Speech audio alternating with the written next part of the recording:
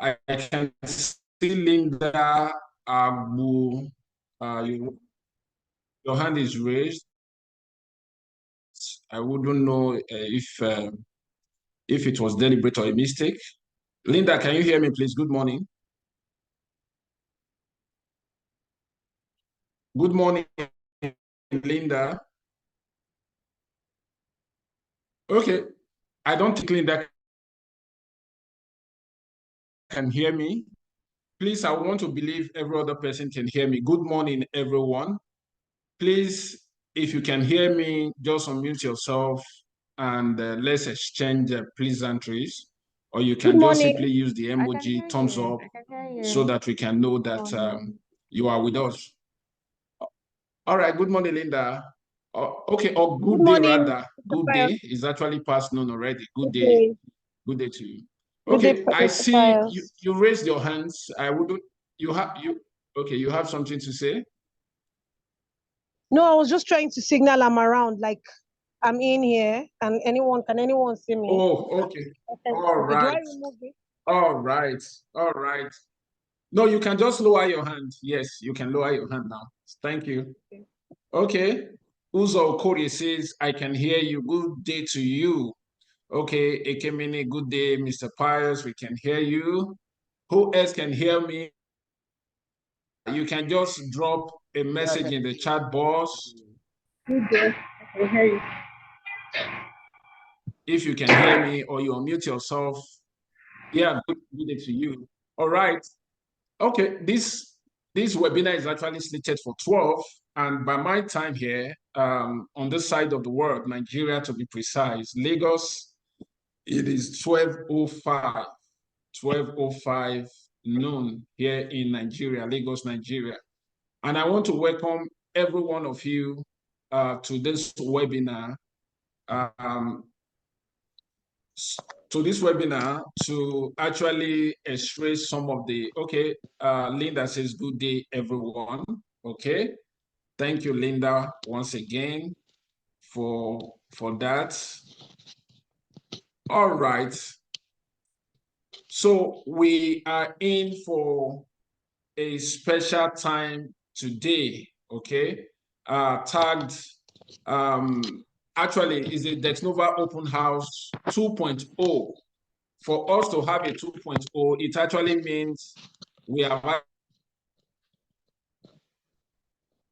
actually had the first edition, which heads sometimes in March or thereabouts, okay?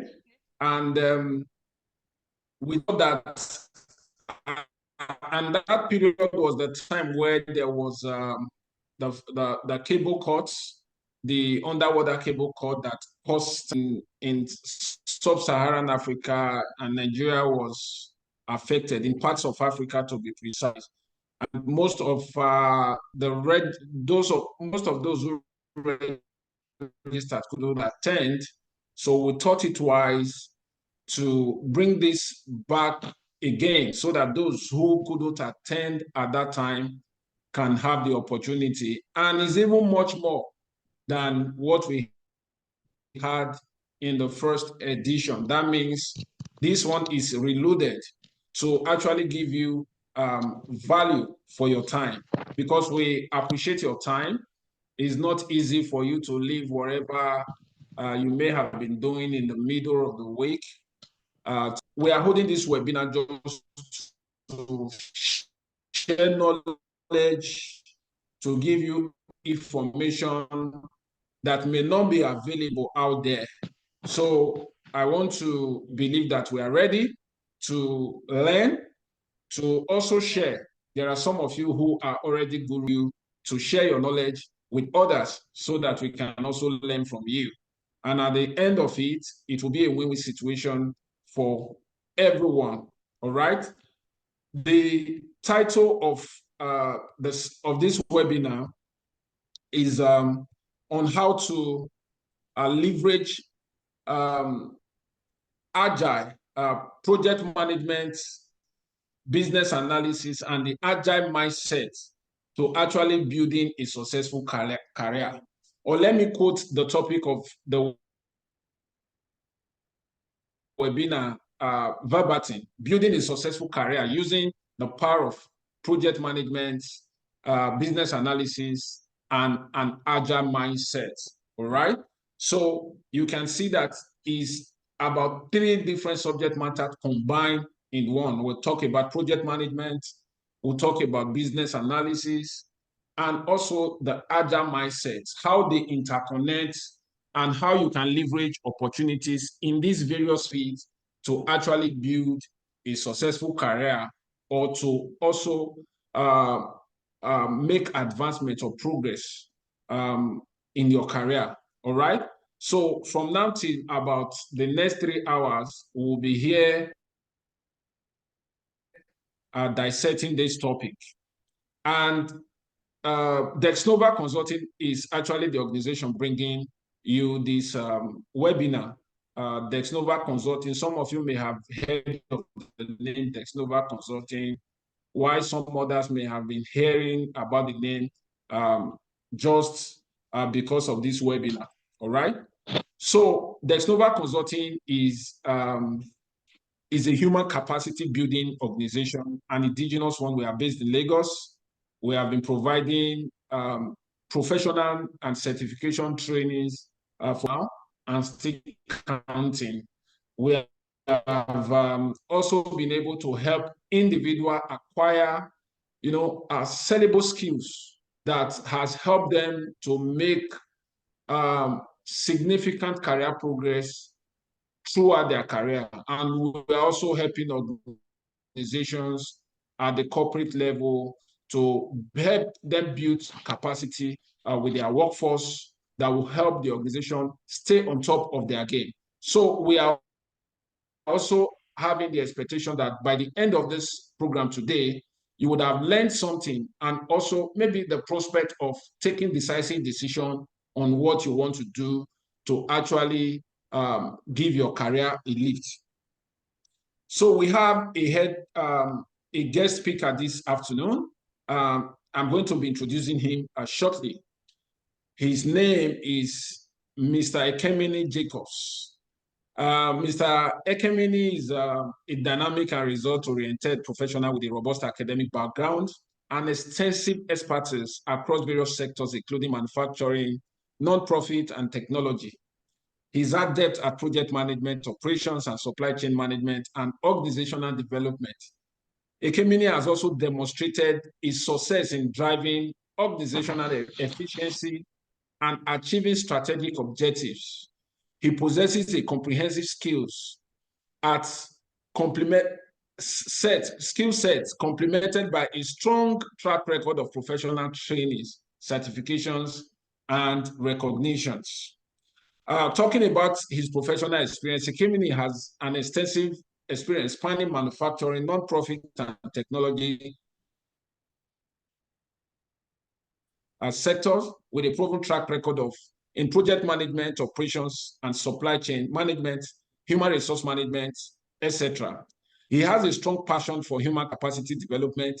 He has demonstrated this experience in training and developing over 200 professionals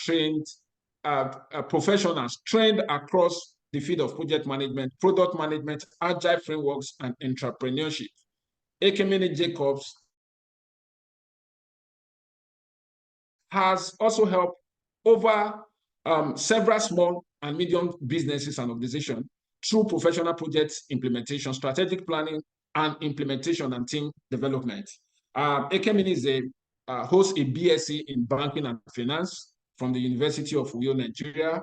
He also has an MBA in general management from the Quanti School of Business and Technology, USA. Among his professional qualification is the Project Management Professional, PMP, which is a certification program by the Project Management Institute, USA. He also holds the PSM2, which is Professional Scrum Masters by scrum.org. He also has Agile Hybrid Project Pro by Project Management Institute, PMI, has proficiency certificate in management by the Nigeria Institute of Management. Other programs and certifications include the Lean Six Sigma, white, yellow, and green belt, supply chain management, supply chain logistics network design. I present to you Ekemini Jacobs, who will be taking us through this webinar this afternoon. From his profile, you can see that Ekemini is ready, is well equipped to do justice to the subject matter that we'll be discussing this afternoon. All right. Of course, there will be sessions where we'll have opportunity for questions and answer. But in the meantime, I want to present to you Mr. Ekemini Jacobs. Mr. Ekemini, can you hear me? Yes, Mr. Pius, I can hear you. I hope you can hear me too, right? Thank you very much. The baton has been handed over to you. All right. Thank you very much. It's a pleasure to be here. I want to believe that my audio is fine. Please, I will really appreciate constant feedback. Loud and clear. All right, thank you very much. So Clear. I will appreciate constant feedback on the chat session so as to make sure that we are very much communicating. All right, welcome once again to the second edition of the Dexnova Consulting Open House. Quite unfortunate that we didn't have a large house in the last edition, resulting from the internet issue we had within the country and even outside the country barely a month ago. It's a privilege to be here once again, and it's also a privilege to meet each and every one of us. I look forward to a great engagement from each and every one of us. All right, so we wouldn't want to waste much time. I would like to meet ourselves. So please, to everyone here, let's get to connect with each other.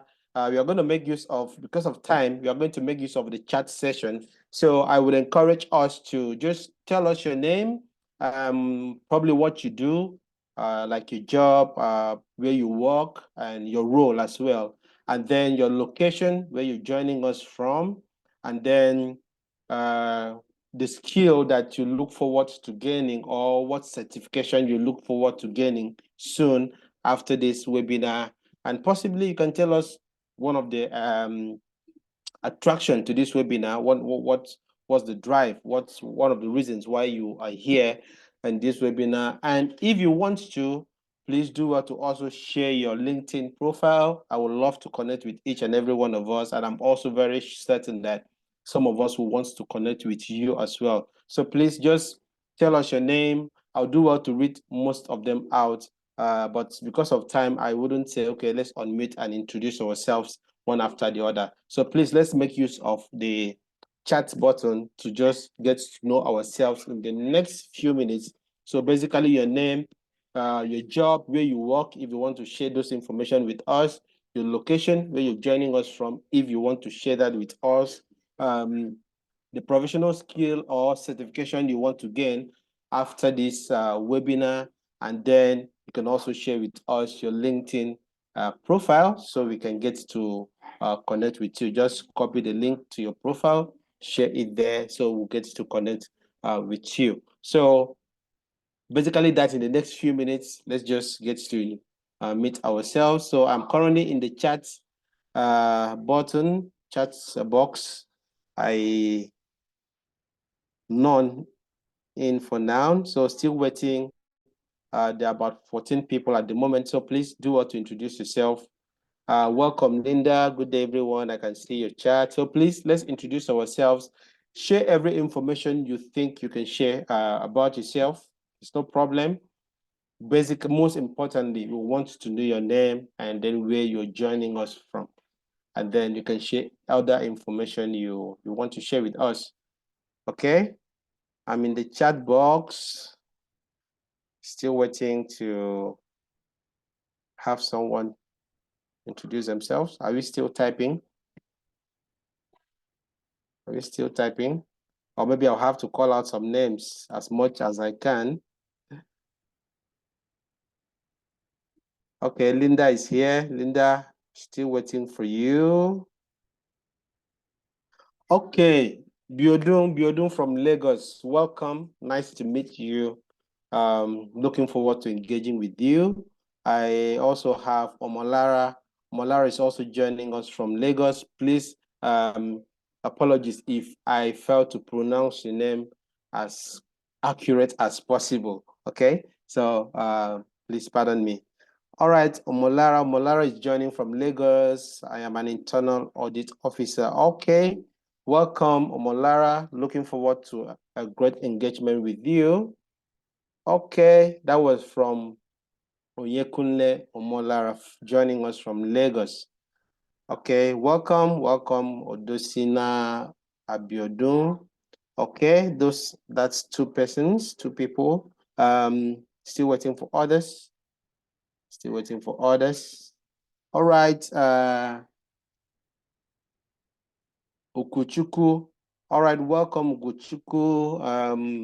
Okuchuku is a project manager and a project management professional joining from, okay, he hasn't told us where he's joining from, but Okuchuku is a project management professional and material management specialist with experience in power plant outage projects and spare parts inventory management. All right, such a rich professional background. Nice to meet you. Please do well to connect with each other, and then maybe years or months or days from today, we could be doing business with each other and other engagements. All right, Barbara is an aircraft maintenance engineer joining us from Calabar. All right, welcome. Nice to have you join, Barbara from Calabar. Good day, everyone. Zainab from Lagos. Welcome, Zainab. I am an expert in digital marketing and social media management. Good to have you, Zainab, an expert in digital marketing and social media management.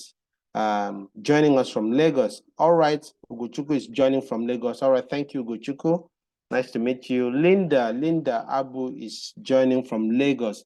Looks like almost everyone is joining from Lagos. At least I have Barbara joining from Calabar.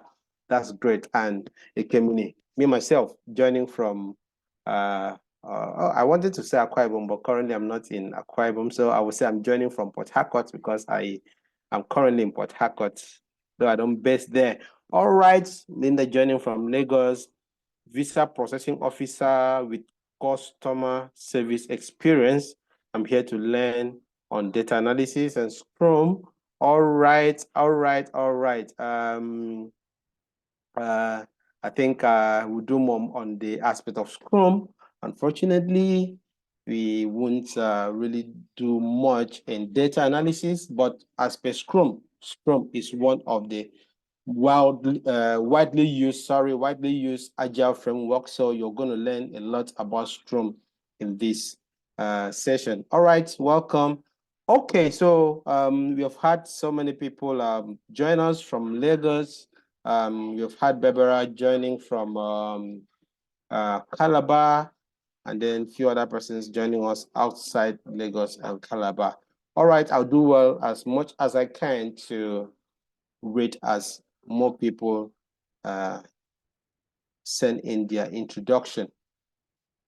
All right, so still in that same spirit, still in that same approach, Mr. Pius was here and he has taken time to introduce, talk about Dexnova Consulting, which I believe he will still do more.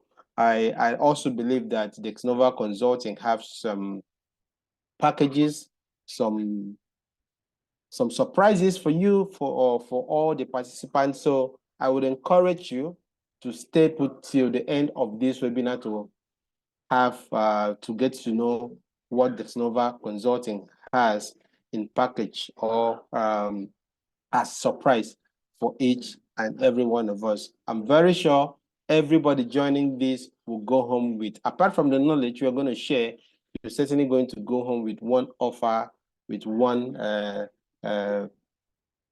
thing or the other. So just stay put to the end and let's see what Mr. Pius at Dexnova Consulting has in stock for us. So Dexnova Consulting is one of the Nigerian leading consulting companies specializing most especially in training, business consulting, and human resource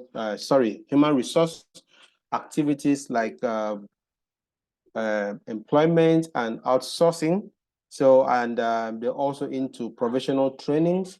And on my screen are the list of professional trainings they offer, like the project management professional PMP, certified business analysis professional CB, AP, PMI agile certified practitioner, ACP maintenance and reliability professional, professional Scrum Master certification, the Oracle Primavera training, both basic and advanced, and Prince 2 foundation and practitioner certifications. Those are among the professional certification trainings offered by Dexnova Consulting. Don't worry, as we dive deeper into our session for today, you get to know more about Dexnova Consulting. And at the end, I want to believe that Mr. Pius will also be here to talk more about the services of Dexnova Consulting and what Dexnova Consulting has for you as a participant in this webinar. All right, as Mr. Pius rightly said or introduced me, my name is Ekemini Jacobs, and I've had experience across technology manufacturing and the development sector. That's a non-for-profit sector. I've worked in human resources. I've worked in supply chain and logistics management. I've worked in project management. And then currently, I am into training and development. Facilitated PMP training, CAPM, and PSM 1 and 2 training.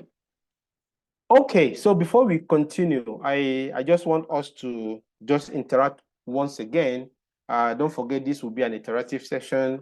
I will talk and you also talk. You also ask questions. We get to help each other exchange information. And at the end of it, we'll go back home with some new knowledge and information. So I want us to share, why are we here? I know a lot of people may be here because of they are about making entry into their first professional career. Some people want to switch from what they are doing currently to a new career, while some people just maybe wants to have knowledge, whether in project management, whether in agile, whether in business analysis, just as a complementary skill that will be able to enhance their primary career path. So I will want to know where we all belong in each of these areas. So please, if you are here just making entry to your first professional career, let me know, or you are on the process of switching career from anyone or from anything to project management, business analysis, and then any of the agile frameworks, or you are here just to gain the knowledge to be able to aid your present and your primary career path, just let me know. So I am into the chat box once again. All right, welcome, Joseph. Joseph is an operations management professional with experience in agrotech. I want to believe that's what it stands for, agtech, and then rural development, data, business to business and business to customer sales, supply chain and logistics. And he's joining us from Abuja. Nice to meet you, Joseph. Joseph has also shared his LinkedIn page with us, so do well to connect. I made mention of that, so we can connect with each other. All right, so to all of us that are here, where do we belong in each of these areas? Please let me just know. It's just a way of trying to know each other and then connecting with each other. I believe we all have how we can be of support and assistance to each other. There are some people here who have gone far, even in the area that you're trying to switch into, or the area someone is trying to launch newly into, or even in the same area you are. So that will help us knowing each other to that extent will help us connect better so we can network and help each other grow. So please let me know where you belong to. Okay, Odusina Obiodun, complementary to my primary career. All right, that's great. There's no end to learning. So even when we've become professionals in particular area, we continue to learn, we continue to jump on to the least opportunity to be able to learn. And one thing I believe is that a successful career is a function of technical skills and then other complementary skills that makes you function better in that particular primary area, that technical skill that you have. So imagine someone who is a web developer, and all he knows is web development. No good communication skills, no project management skills, no business analysis skills, because these skills are needed for you to even be able to carry out your software development more accurately. Your ability to know which project management framework you need to use, or how to communicate with customers and get to know the requirements, the features of the software of the website you want to develop, plays a very good key to being a successful and a good web developer. So you now see that project management skill is needed, as well as business analysis skills, and even the agile mindset is needed.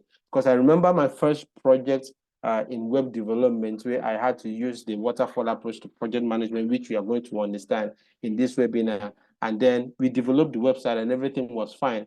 But just a few months later, there was a need to do an overhaul, redesign of the website. That was because we designed based on what we thought the client would want, not actually based on what the client wanted. So we did not communicate well with the client to actually understand the requirements and all the features the client wanted.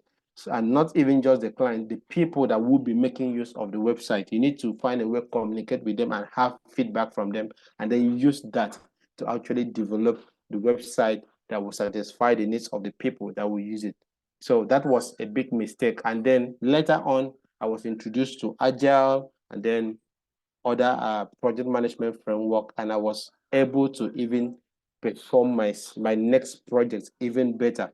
So one skill needs the complement of other skills to be able to function well. So that is why even as professionals, we continue to learn even outside the scope of our technical area, because these skills are needed.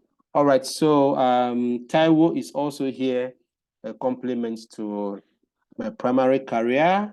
Okay. Linda says, for me, I'm here to switch to a new career. It's actually my first professional career. All right, that's great. And then Onyekunle says, I'm in the category complementing my primary career.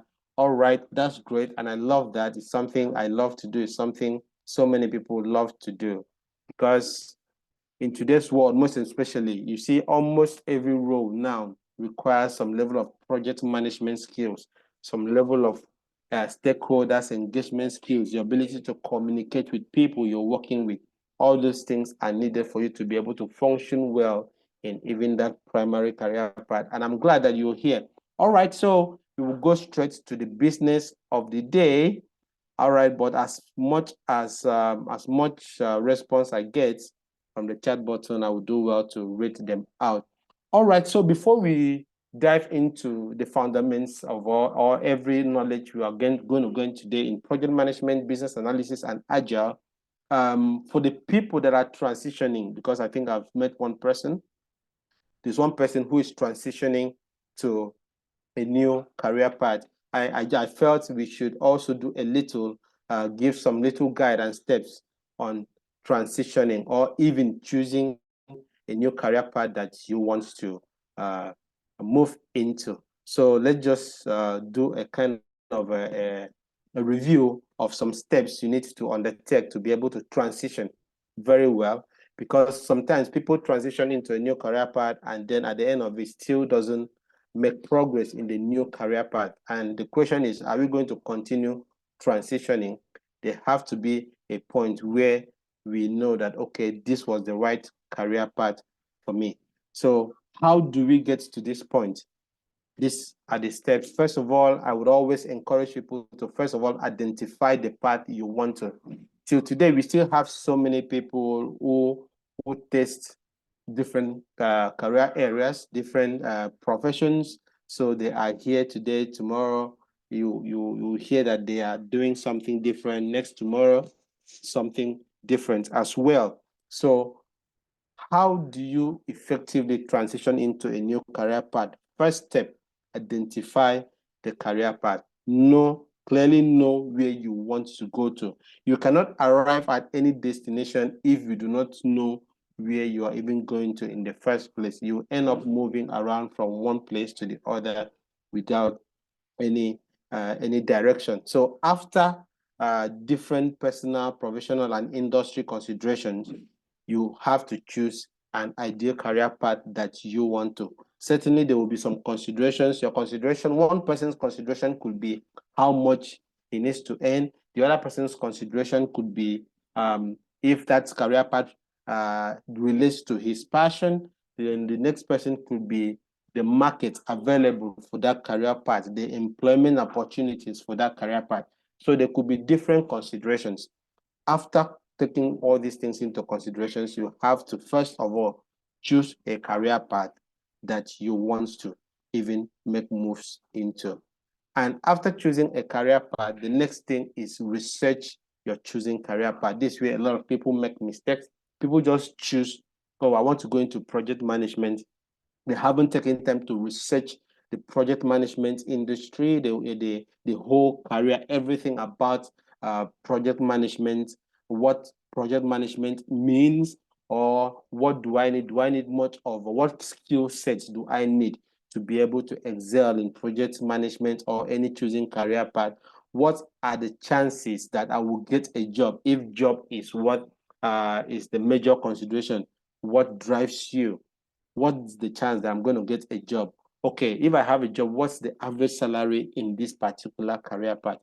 You need to take time to make all this research to be able to make the right choice. So you don't just jump into a particular career path without having to know what happens within that industry. What does it entail? Does it meet my own personal passion? Doesn't align with my kind of a person? Those questions are very important. So after choosing an ideal career path, make research into that career path. Through the research, you could come to realize that this is not even ideal for me. Maybe I just choose it because I see it enticing, or because I see so many people introduce themselves as project manager, or as business analyst, or as an engineer, or as a web developer, or a software developer, and all that. Does it really meet your kind of a person? Does it meet your needs, salary needs, employment opportunities, and the rest of those things? So there's need to research your career path, the choosing career path. And one of the platforms you can use, I will always recommend places like LinkedIn, Indeed, and some other professional social media platforms where you can get more information about some certain career path you want to launch into. And after making research into this career path you have chosen, genuinely assess yourself. Now you have assessed the career path you want to choose and it meets your person. Now it's time to assess yourself. You need to know, okay, do I have what it takes to succeed in this career path? What are my strengths? What are my weaknesses? What are the opportunities available in this career path? Or possibly what are the threats that can even hinder me or that can affect my success in this career path? Why you need to assess yourself is mainly for you to be able to identify the gaps. Yes, you certainly have some advantages, some strength. You need to identify the gap, but that's related to the weakness. What are those things that I do not have that is needed in this career path? So I'll be able to function better in this career path. It could be the fact that this chosen career path needs a very good project management skill, or this career path you've chosen needs a very good business analysis skill, or this career path you've chosen needs a very good agile mindset. So that's when you say, okay, fine, and I don't have this. I have everything that's needed, but I do not have this one. So what are you going to do? What you're going to do next is for you to learn and develop your capacity, because you've identified an area where you have weaknesses, and this area are so much needed in the career path you've chosen. But so one of the mistakes many people make is the fact that we don't genuinely, yes, sometimes we assess ourselves, but we do not genuinely assess ourselves. So we know very well we have deficiency in a particular area, but we don't want to tell ourselves the truth that we have deficiency in this particular area, maybe so that people don't laugh at us, or so that we don't see ourselves as maybe not being capable. No, that's not what you are after. The main thing is identifying an area you need to develop your capacity in to be able to function well in that career path you want to. So when you genuinely assess yourself to identify the areas of your weakness where you need to develop your capacity to function well in that area, the next thing you are going to do is to learn and develop your capacities. So this is where you identify your learning needs for you to be able to close those gaps that you have identified. So this is where you decide, okay, if you need a training or if you need to go into academics and the rest of those things. So when you've identified the need for you to close a certain gap in particular skill sets, this is where you make a decision to go for a course, to go for a training, or to take up even online training, or to read some certain manuals and the rest of those things. So any decision you can take, I will always say this is the stage. But you have to, you don't just choose a course, because I've had so many people say, yeah, I decided to study project management, but I don't even know what I'm doing with it and the rest of those things. That's just because they had people study project management and they just decided to also do it. They didn't have need for it. Probably there are other needs they would have chosen.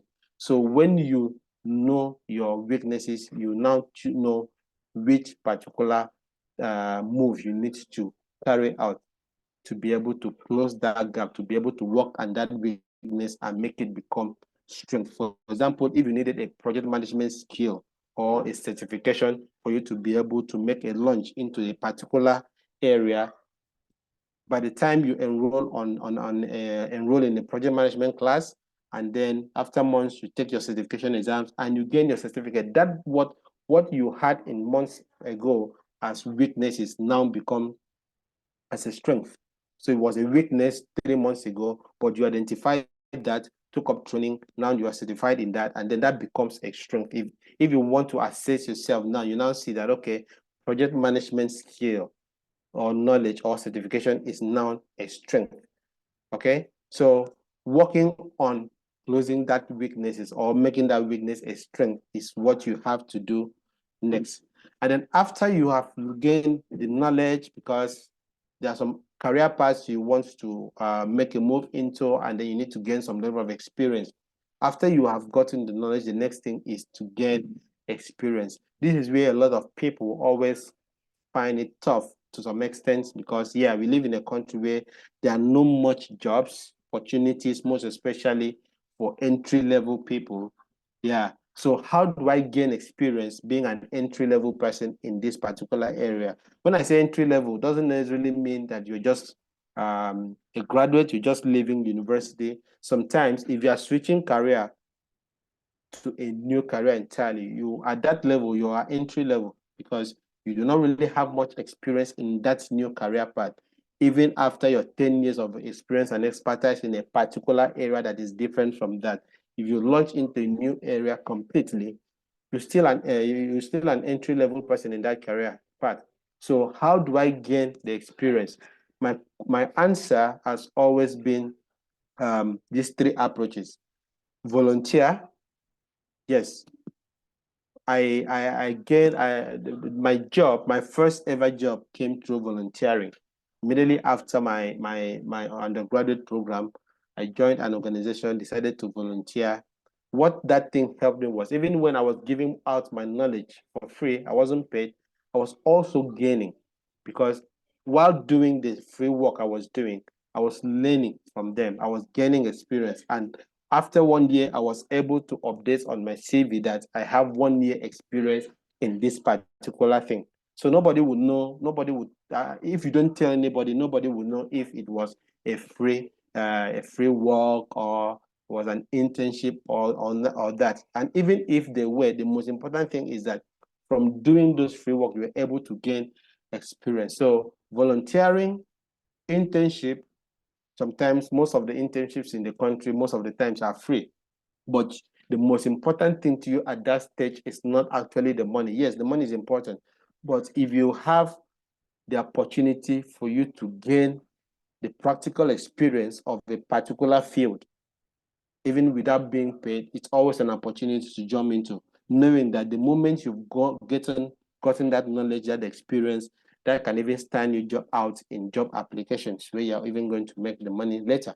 And then join workplace project team. So if you're already working somewhere and then probably you want to make a switch to project management, you want to make a switch to business analysis, and then maybe any other thing within the organization, what you do next after studying the course, after learning and getting the knowledge, is always volunteering to join any team that is carrying that out. Even if you're not given additional allowance, you can volunteer. So, oh, there's this project. Maybe you go to the HR, you go to the manager that you had loved to volunteer in this project team, so as to gain some knowledge and experience in project management or in business analysis or in whatever area you were trying to gain the knowledge in. And I'm very sure no reasonable HR would maybe resist you from having the opportunity to gain more knowledge, which will even help you on your job, and then in turn help grow the organization at large. So gaining the knowledge or gaining experience after the knowledge, these are always the avenues. Good if you immediately have a job, that is even perfect, where you can go gain more experience on the job. But sometimes if that job doesn't come so fast, are you going to sit down, or are we going to just sit down till whenever the opportunity comes? No. The best thing is always taking any of this approach, volunteering, internship, or joining a team at work to be able to gain more experience. Okay, so after this, the next step I will always tell people, I will always advise people who are switching to a new career path, or people who are starting out in a new career path, is find a guardian. Find someone who can be a mentor, someone who has already been there in that area. Imagine you're just joining project management, or you just want to start a career in business analysis, and then you have the opportunity to meet someone who have been in business analysis or project management for the past 20 years. What wealth of experience are you going to gain from that? So much, so much. So apart from getting the knowledge or gaining the experience, there's so much knowledge you can gain from people who have been there. People who have been there. One advantage of having people who have been there as mentors or guardians is that they will tell you some realities which classroom trainings will not tell you, or which your level of experience will not give you. So they have seen a lot for about 10 years, for 15 years, for 20 years. They have seen a lot in that particular field. They have been exposed to the realities, to the real world scenarios. So, and they can share that with you. And another advantage having mentors or guardian is that they recommend you to opportunities you can even gain experience. So they have been there, or they are still there. So whenever there are opportunities to maybe do some tasks, they can always send it to you. They can always call you. Okay, join me. I want to do this. I want to do that. And as you are doing those things with them or for them, you are gaining much knowledge. You are gaining experience. But these days, a lot of people tends to run away from being mentored, because sometimes they feel that they will be used, or they will be given so much tasks. But the advantage is that as you're running those tasks, even if they are for free, you are gaining much knowledge, and then you are also gaining experience. So I just thought I should make just that simple rundown of some steps you need to apply to be able to make a smooth transition from one project, from your present career path to the new one you want to embark in, or how to choose in, because it's almost the same steps. Even if you're launching into a new career path for the very first time, it's almost the same requirement as you are switching from the present one to a new one. So that was just like a bonus aspect of this for people who are starting out completely new in a new career path. All right, so let's assume that you, after carrying out all this analysis, all these steps, you have come to identify 1, project management, 2, business analysis, and then the agile mindset as the skill or the professional area you want to move into. Okay, so while you have agile mindset in red across the 2 key professions there, project management and business analysis, is because the agile mindset is needed across these 2 professions, even outside. So, initially we used to think that agile is just a mere methodology, a mere project management methodology. No, but in today's world, with the world we are living today, with today's world of so much fast changes, complex issues, different customer requirements, the agile is not just a project management methodology anymore, but it is a mindset that you use in almost every aspect of management, be it project, be it operations, be it any other areas of business. The agile mindset is very much needed. So today, people don't study agile anymore just as a project management methodology or as a framework, but the agile study is known as a mindset, as a culture which you can apply even outside project management. All right, so as we go deeply into each of these areas, one after the other, we'll come to understand why the agile mindset is something everybody needs, not just in project management. And even the project management and business analysis skills is something which almost everybody in the corporate sector needs today, not just as a professional skill or a professional area, but as a life skill. But first, we will be into project management. But before we start our discussions in the main areas of our main focus of our webinars today, which is project management, business analysis, and the agile mindset, do we have any question or any contribution as it has to do with those 7 steps that you need to take to be able to make a smooth transition into a new career path, maybe into project management, into business analysis, or into the agile frameworks, or any other profession out there? Do we have any question? Let me know in the chat box, so probably I can give you the opportunity to speak. Any question, any contribution? All right, welcome, Ibrahim Bashar. Thank you so much for hosting such an impact meeting. All right, you didn't tell us where you're joining us from, but we're very much welcome, Ibrahim. All right, so is there any question from the few information I have shared with you? Yes, I know there may be some other steps, or maybe based on our respective experiences, but from my own experience and from experience of many other people I have reached out to be able to make a summary of these 7 steps, these are basically some of the things we mostly do when we are trying to switch into a new career path, or when we are choosing a new career path to launch into. Do we have any question? Please, just as I said at the beginning, let's do well to communicate, so I know that I am not just here speaking on my own. So please respond. Even if there is no question, there's no contribution, I would love to have responses on the group. That's okay. We understand. All right, no other question or nothing. You can also make use of the reaction features, raise your hand, and just so I know that we are good.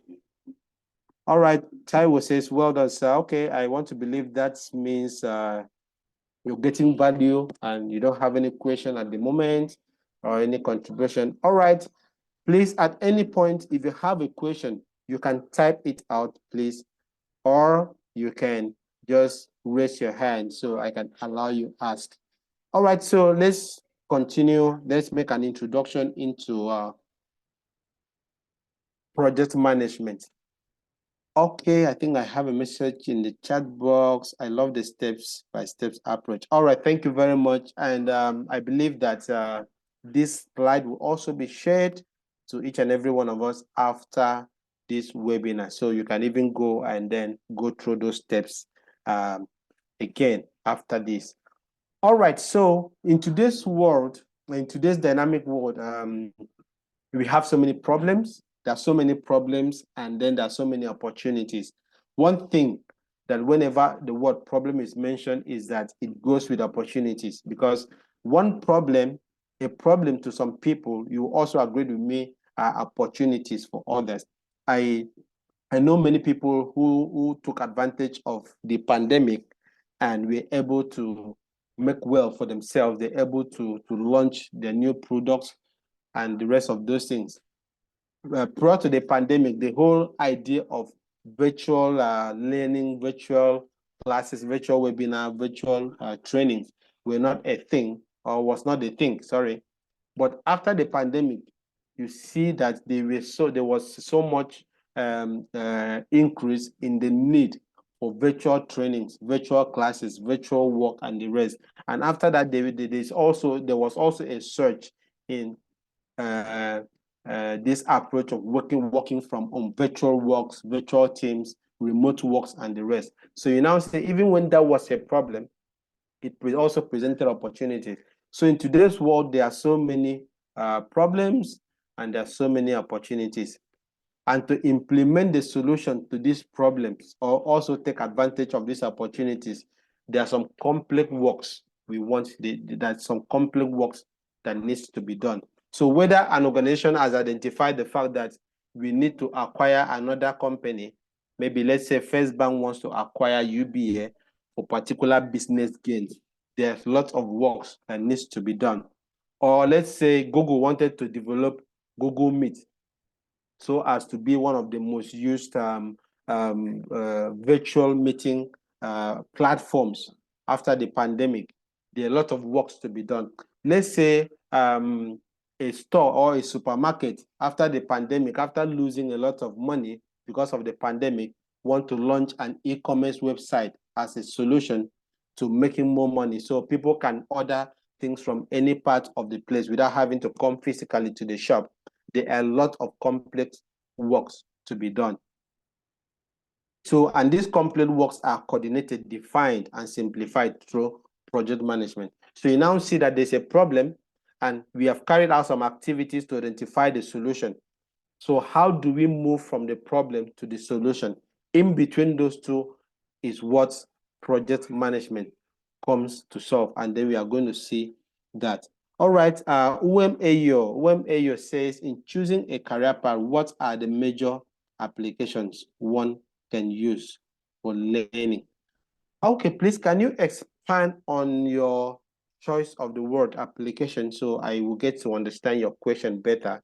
Yes, so what are the major applications one can choose for learning? So when you say application, what do you mean? Are you referring to maybe all these massive open learning platforms like Udemy, Coursera, or what method of learning or which particular course you need to choose? Just let me understand what you mean by major applications one can choose, so I'll be able to answer your question better. All right, thank you. I look forward to your response, Uwem. All right, so we live in a world whereby there are so many problems and opportunities. Okay, so I said that there are problems, there are opportunities, and whichever way, whether it is a problem or whether it is an opportunity, there have to be a solution. For a problem, the solution will be to solve that problem. For an opportunity, the solution here is in form of taking advantage of that opportunity. So for example, when the pandemic came, some companies took advantage of the pandemic and launched virtual working tools or some kind of businesses. I remember that there were some company who used to supply office maybe office equipment, and after the pandemic, in the Western world, a lot of offices were actually closing down and promoting much of remote work. So certainly for this kind of companies who supplies office equipment, office maintenance, and office kind of services, they also need to transit. They need to launch new kind of services or new kind of products, or change from the old products to the new one of probably servicing maybe home offices rather than office buildings. So that could be a problem, that could be a problem, that could be an opportunity, and the solution could be launching this new product. So whether we are talking about launching a new product, whether we are talking about building a software, whether we are talking about constructing a bridge, and all this as a solution to a particular problem, all those need complex works. And these complex works we are going to see. Okay, but for now, we'll just understand that there are problems, there are solutions. Okay, so I said that for this solution to be gotten, for us to be able to implement this solution, there are complex works. So the word complex means something that is not straight, something that is not easy, something that is not just plain for us to be able to carry out. So you see, just like you've seen in between these complex works, you see that the cable is twisting. So if you've ever done anything with a very long cable that have been bundled together, bundled, squeezed together, you now see for you to be able to strengthen that cable so that we can be able to use it for whatever you want to do, or for us to be able to use it well, we will need to be able to straighten that cable and then probably roll it in a better way where we can easily make use of it. So that is similar to project management. And a project is complex, just like a cable being squeezed together. So we have a problem and we have a solution. And for us to be able to gain this solution, we need to carry out some complex works. Okay? So, and for us to be able to make these complex works, to have a view, a clear path, at this level, there are so many. Let's assume that we identify that the government identifies that they need to construct the third Niger bridge, if there is something like that. So for us, they've identified the problem that if they construct the Niger bridge, there would be maybe there will be a better flow of traffic, or there will be more investment into the country. That's the solution. And then for us to actually carry out that construction, there are a lot of works to be done. So many works you can't even finish listing, right? And these works, you don't know, just without project management, you wouldn't understand where to start, which one to do next, and which one to continue to do till the end when we are able to solve that problem, that is construct that bridge. What helps us to be able to have a clear view, a straight, or will I say a straight, or have a clear path to actually implementing that solution, is what we call project management. So just take a look at this photo, this illustration. There's a problem here, and then the solution. We have identified the solution that will solve this problem. So how do we implement this solution? How do we arrive at this solution? For example, the solution could be to build a website. The solution could be to build a bridge. The solution could be to update the software of our company systems to a higher one. The solution could be to develop a new policy. There's no limit to it. The solution can be so many things across many industries. That solution is what we call projects. We are going to understand what the project means. And so with this project, with this solution, with these complex works, how do we now take these complex works and arrange it well so that we will be able to know the cost of the work, we'll be able to know which work we should do first, which one we should do second till the last one. We'll be able to have a picture on how we are going to move from the problem to the solution. That activity is called project management. If you can look at the photo below, you now see how this team, this is a project team, is trying to now take this complex works, this complete wire that they are twisting, or they are twisted with each other and they are bundled together.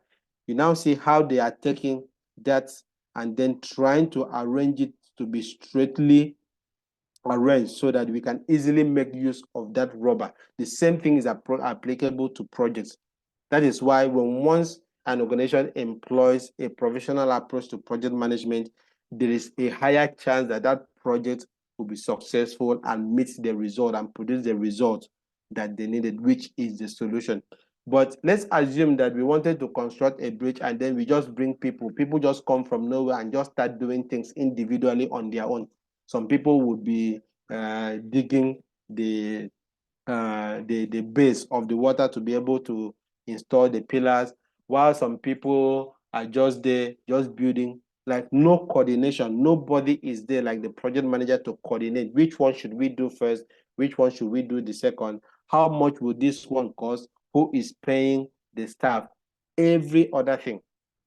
That place will just be a chaos. And at the end of it, we are just going to have machines, tools, people filling the place with no direction of what we are doing or where we are going from all these things we are doing. And then at the end of it, you will see the whole thing will be abandoned. So project management comes to be able to make all the complex works we should be able to implement or we want to implement to be able to develop or arrive at the solution that we needed to solve that problem.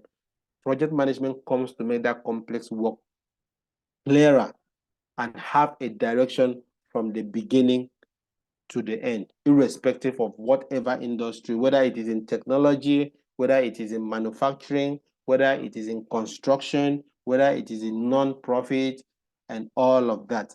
Project management comes to be able to make the complex work we call project have a straight way, have a direction on how it's going to flow from the first day to the last day. That brings us to the meaning of what a project is. So when we say project, a project is a temporary endeavor undertaken to create a unique product, services, and results. There are two key set of words in that explanation, in that definition. Project one is a temporary endeavor. So now what sets a project from maybe operations and other activities within a workplace is that it is temporary. What temporary then means, it has a start date and an end date. It doesn't last forever. It doesn't continue till God knows when. Just like operations. When we say operations are not temporary. For example, if a company, for example, Dangote Cement, that manufactures cement, what they do there is operations, right? Because what they do every day is all activities toward manufacturing per cement.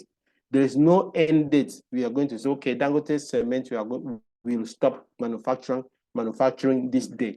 Okay. So even if maybe in the long run, in the next 10 years, 20 years, the company might not be there again. Yeah, that is different from us starting some activity and saying that, okay, we are starting today and then we are going to end in the next 2 years. So when we're talking about a project, it is temporary in the sense that it has a start date and an end date. No project continues to go forever. Whether it is going to end without completing it, or it's going to be abandoned, or it is going to complete the work that we needed to complete, but the project must have an end date. Even if the project is so long that it will take 5 years, 6 years, but the fact is that at the end, the project must come to an end in a particular day. And at the end, the project must also produce a unique result. For example, the Dangote refinery, it was a project. There was never a Dangote refinery that existed.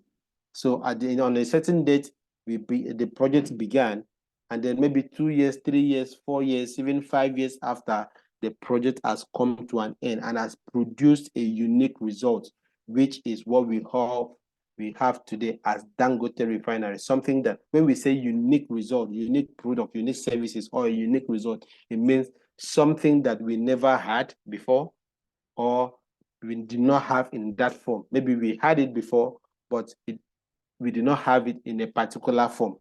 Okay, so maybe Dangote refinery used to have maybe the capacity to produce 1 or 12 million barrels of crude oil in a day. Tomorrow we'll say, okay, we want to embark on a project to expand the capacity.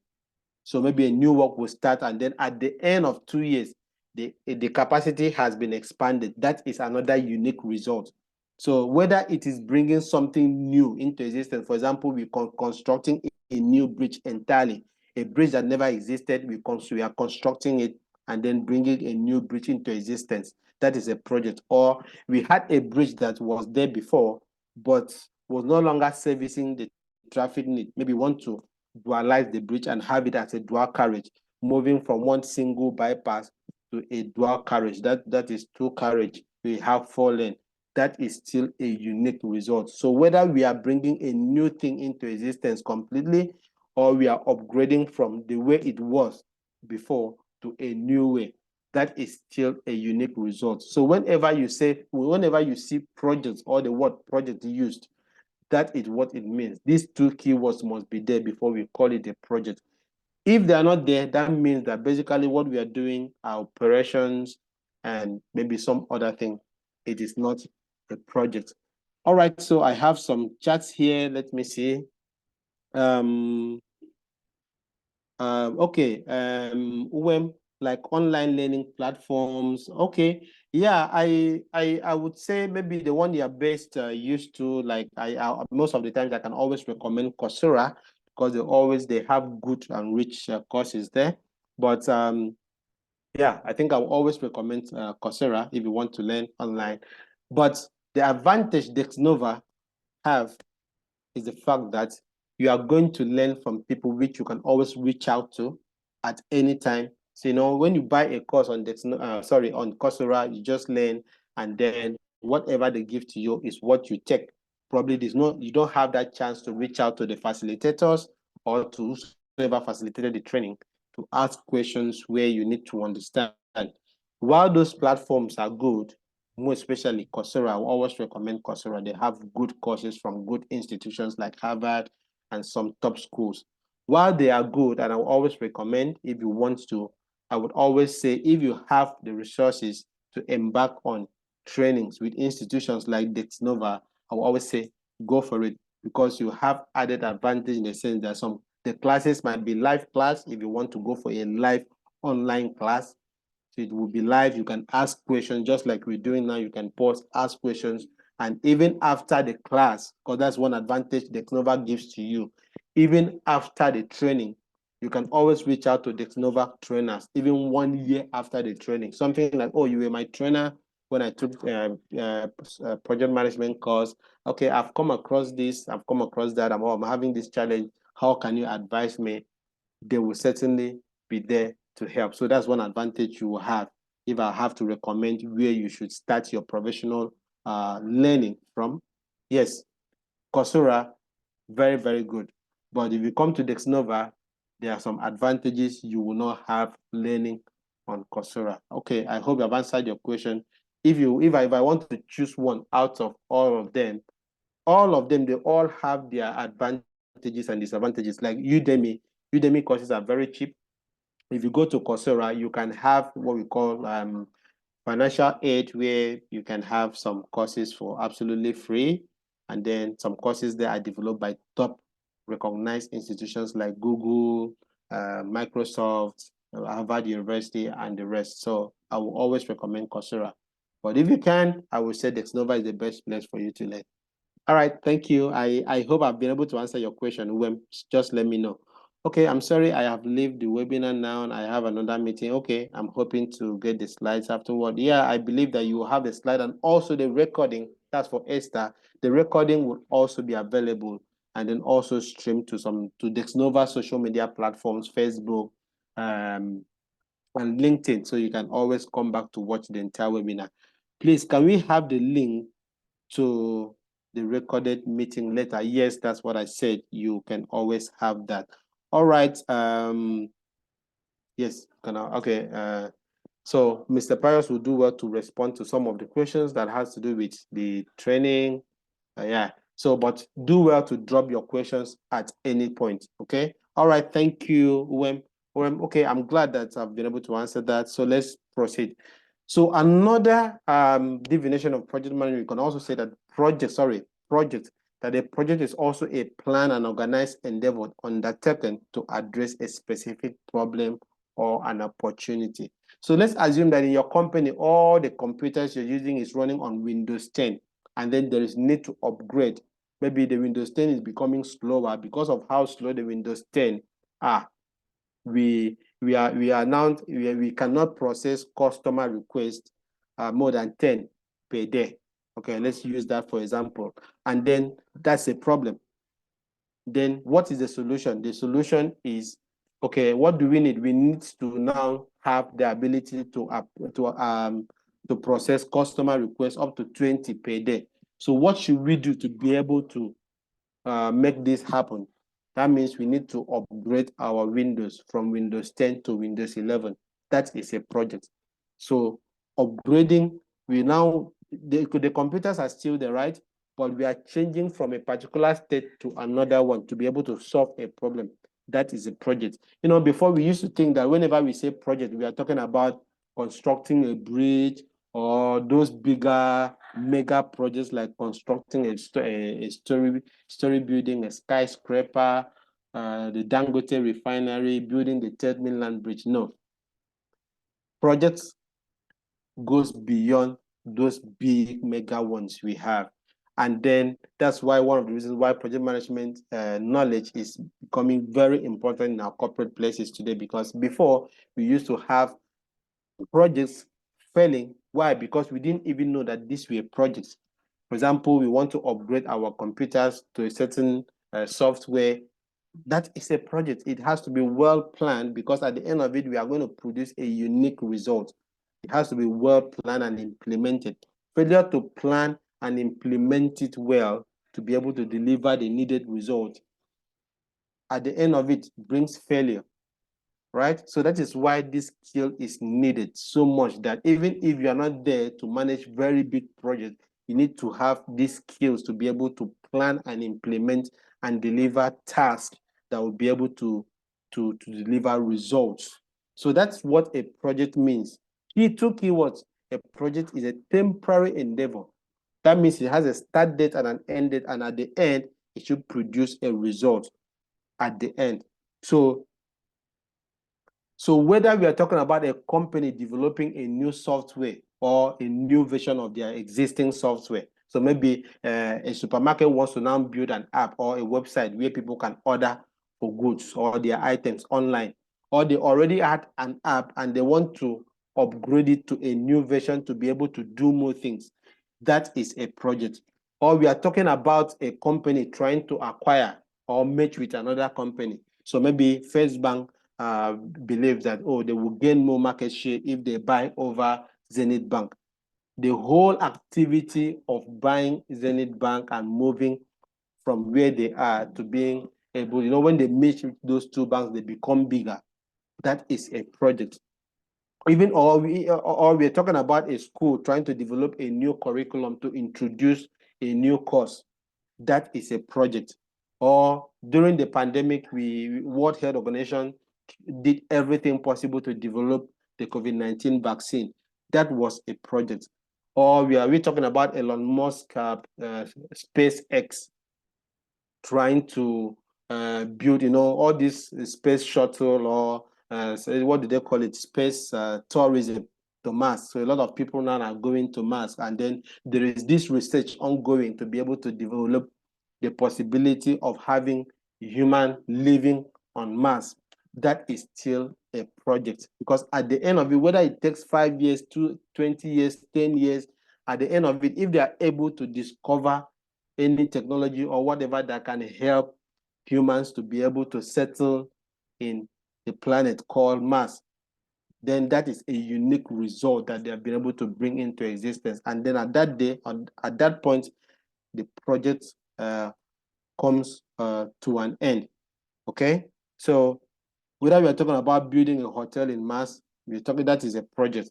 Or Dangote refinery is maybe building a new petrochemical plant, or they want to build a new refinery, or they even want to expand the capacity of the existing refinery. We are still talking about a project. Or even say the Nigerian government wants to lift 30 million Nigerians out of poverty by 2030. If at all they'll be able to do that, that is also a project.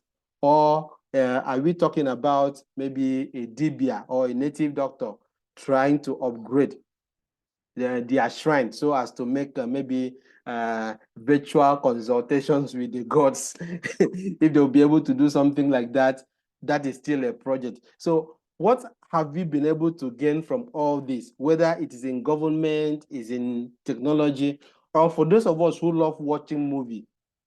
This company, New Line Cinema, maybe they are trying to produce the next series or the next edition of the Lord of the Rings.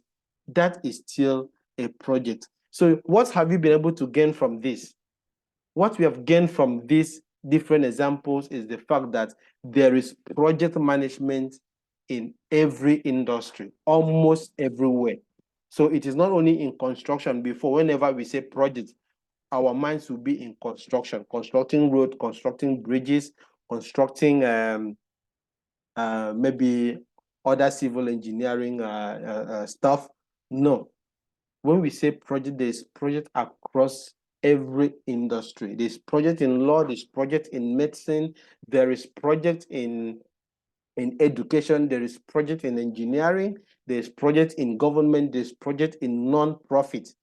So even let's say that, okay, there is an outbreak of polio, and then Rotary Club says that, okay, by 2026, we want to completely eliminate polio in maybe Lagos State. That is a project. Then they will do everything possible. They will plan it, start implementing it, vaccinating children, and then they will know the cost, the budget, and everything. And by 2026, when they wanted to succeed, you come to realize that nearly every child in Lagos has been vaccinated with the polio vaccine. And then there is no one case of polio vaccine reported again. At that point, they have been able to produce a unique result. So sometimes the result of a project doesn't necessarily need to be a physical product. It can be a service. It could be intangible, just like the polio result I have talked about. So at the end of it, by 2026, there is no case of polio again in Lagos State. That is a successful project that has produced a unique result. And that unique result is zero polio issues in Lagos State. So there are projects across any industry, in religion, in development, in non-profit, in the government. That's where there are so many. In fact, most of the time, whenever we say projects, we always think of the government. And then the construction sector. There are projects almost across every industry. Okay, so now we understand what a project is. What then is project management? So when we say project management, we are talking about the application of specific knowledge, skills, tools, and techniques to be able to initiate, plan, execute, monitor, and then close a project to deliver a value or a result. Or we can say that it is the process and all the activities to be able to coordinate that complex works we talked about. All the complex works to be able to achieve set objectives or produce a unique result. So when I showed us the illustration, we now see that there was a problem, then we know the solution we want to implement. And for us to implement the solution, there's so much work to do. So now a combination of all this work equals to this complex works. And these works we need to do is what we call project. And then we know that there are so many works. So how do we identify and program the first work we need to do, the second, the third, and then we continue to do each of this work related with each other, know the cost of this work, identify who will do this work, who is responsible, which work should we do first, which work should we do second, till we are able to complete all the work we should do, and then develop or arrive at the set result or objective or the solution we wanted to arrive. That is what we call project management. That ability for us to coordinate every work that we needed to carry out to be able to produce the result is what we call project management. So if you want to, let's say First Bank wants to acquire Zenith Bank.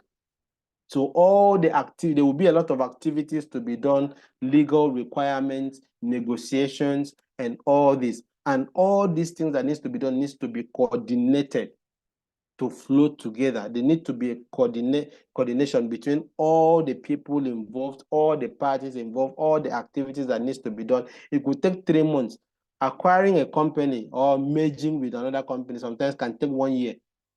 Before Elon Musk was able to buy Twitter from the former owners, probably the negotiations may have taken months, even before we even come to know about it. That was a project. So there will be a central body coordinating all these activities, negotiating the costs, everything, communicating with the stakeholders and all of that. All these activities coordinated together to be able to arrive at the unique result we needed to achieve is what we call project management. And the person that is in charge of coordinating all these activities together to be able to have it arrive at the set result is what we call a project manager. So you now see that even in that major acquisition, there was a project manager. In that Dangote refinery that was aimed at constructing and building a new refinery, there was a project manager. In that whole idea of introducing a new course, probably a committee was formed, and then somebody was called the chairman of the committee that will help in review of our curriculum and upgrade our curriculum of the school to a new curriculum that will be able to produce better learning. That was a project. Probably the chairman, maybe they didn't call it a project manager, they could call it a chairman of a committee, maybe review committee. That person who is there to coordinate all the review activity for us to be able to produce a new curriculum for the school or a new course for the school. That was a project manager. And what they did there was a project. And probably the committee was the project team. So most of the times, our job description may not actually be exactly as, say, project manager. It could be project coordinator, team coordinator, task coordinator, or whatever name. But at the end of it, as long as you are there to manage all the activities, all the tools, techniques, and coordinate everything so that we'll be able to deliver the results that we were asked to deliver, and then the activities comes to an end. That is you being the project manager. That is why today, almost every corporate role or job placement out there will always have the requirement of the project management skill, or even if they don't state it clearly, project management skill, they could use some words to describe that project management skill to whatever they want to have. They could be maybe have the ability to plan and implement tasks, or has the ability to have the skills to deliver tasks or produce results. Those are indirect ways of saying this applicant must have a project management skill. So who is a project manager in all this? A project manager is a person with the knowledge, mind those keywords, the knowledge, the skills, the ability to apply, coordinate, and manage the interrelationship of all the tools, techniques, processes, resources, activities needed to successfully initiate, plan, execute, and monitor, control, and close a project to deliver the needed value or result. Basically, what we mean is that it is that person, the project manager is that person with the knowledge and the skills and the ability to coordinate all the works needed to be able to arrive at the result we intended to arrive at. So a project manager, for you to be able to do all this, there will be some kind of leadership that is needed. So a project manager is a leader. And you know that this thing we are trying to do is to be able to solve a problem, right? Maybe that our course were outdated and then we need to develop a new curriculum, or we need to update our curriculum. There was a problem. And for you to manage those activities that is aimed towards solving that problem, a project manager is a problem solver. A project manager is also a mentor. So you need to have that ability to mentor and coach your team, your project team, the people that are working with you to be able to deliver the results. So a project manager is also a mentor. He's also a coach. A project manager needs to be someone with good communication skills. So he has to be a good communicator. So you now see that becoming a project manager is not just about learning project management. you need to even also learn other skills, the communication skills, leadership skills, problem-solving skills, mentorship skills, your ability to coordinate a team, that skill, all those things are needed for you to be able to function in that one thing. Remember at the start of this webinar, I said that a successful career or a successful profession is a complement of many other skills complementing that particular technical skill. So let's say that you're an engineer. There are some other skills you need to, let's even use project manager as an example. Let's say that you're a professional project manager. What will make you successful as a professional project manager is that you need to be a good leader. So you need to have a good leadership skills. You need to have good problem solving skills, good mentorship skills, because you will need to mentor your team. Good communication skills, very important, because most of the thing the project manager does is communication. Talking with the team members, the stakeholders, the managers of the company, the sponsors, so as to make sure that everything is in order. So communication skill is very, very important for a project manager. So a project manager is also a coordinator. Just as I said, that what you do as a project manager is to coordinate every aspect of the project to work together toward achieving the goal of that project. And a project manager is also an integrator. So remember I said that a project are those activities, everything you have to do to be able to arrive at the results. So it's a complex work. So for these complex works to be able to be done well, we need to integrate every aspect of it to work as a whole. So there will be people that will carry out different activities. So these people do not need to work in isolation. There will be different skills, there will be different methodologies, there will be different tools that will be needed. That ability to coordinate all these tools, all these different people, the different things in the project to work as one, as a system towards the results is what I mean by the fact that the project manager is an integrator.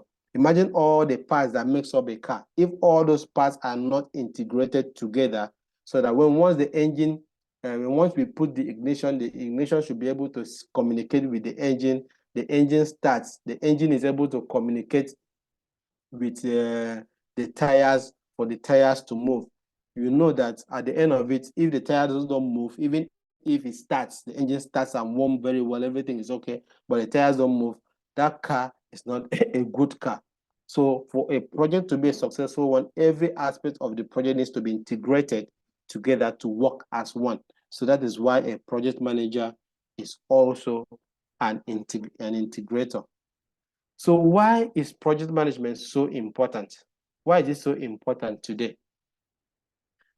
The reason why project management is one of the most sought after skills or one of the highly sought after profession is that it is a means to solving problems. So we live in a world whereby there are so many problems.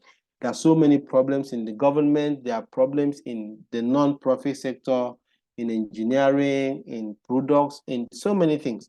So one of the ways, the major way to solve a problem is implementing a project. So let's assume that I made mention of the fact that we have a system, or we have Windows 10 running in all the computers in our company, and then it is becoming slower, and then we identify that Windows 11 is faster. And if we install Windows 11 in all our computers, we will be able to service more customers in a day compared to what we are having today. And then we initiate a project to be able to upgrade from Windows 11 to from Windows 10 to Windows 11. That is a project, and that project is aimed at solving a problem. So project management is one of the number one tools that we use in solving corporate problems, complex problems today. That is why it's so important. So organizations do not just need to wait until they construct a building or construct a bridge. That's when they will need a project manager. No, people have come to understand that today, for them to implement some tasks to solve a problem, that is a project. And for them to do it well, for that problem to be solved professionally without wasting funds, that professional project management is needed. And for that reason, project managers are needed. Another reason why project management is important today is that it ensures that projects are implemented in a way that meets all set objectives. So let's say that you want to construct a bridge and then you just bring people, they come there and do things. Nobody is coordinating them. Nobody is knowing what the other person is doing. Different people are just there, just doing different things. At the end of it, we are not going to have a bridge. We're not going to have any bridge. We are not going to have a result. So a professional approach to project management is one of the surest way you know that you are going to get the objective of what we wanted to do. We are going to arrive at the set objectives and then we are going to get results from it. Project management ensures projects are implemented within budget, time, scope, and expected quality. So they are what we call constraints in project. So there's that possibility that you can carry out your project and then you are able to produce what you wanted to produce.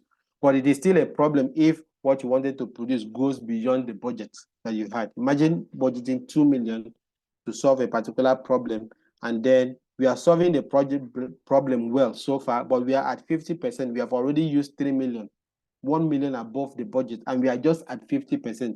There's a problem. There's still going to be problem, even when we are solving the problem well, even when we are carrying out the work of the project well. Imagine constructing a road that was to be 100 million.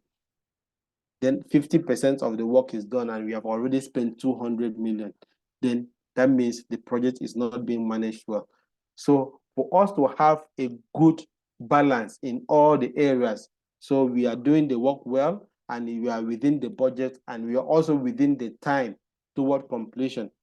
That is one of the keys to a successful project. So for us to ensure that we have all these different areas well carried out and well coordinated, well managed, a professional approach to project management is needed. Also, professional project management helps prevent cost of rework or product rejection. So let's say that we were to construct a bridge and then we just bring people, they come and do different kinds of things without anybody coordinating them as to quality, as to how they need to do the work, as to when we need to do all the works and all other things.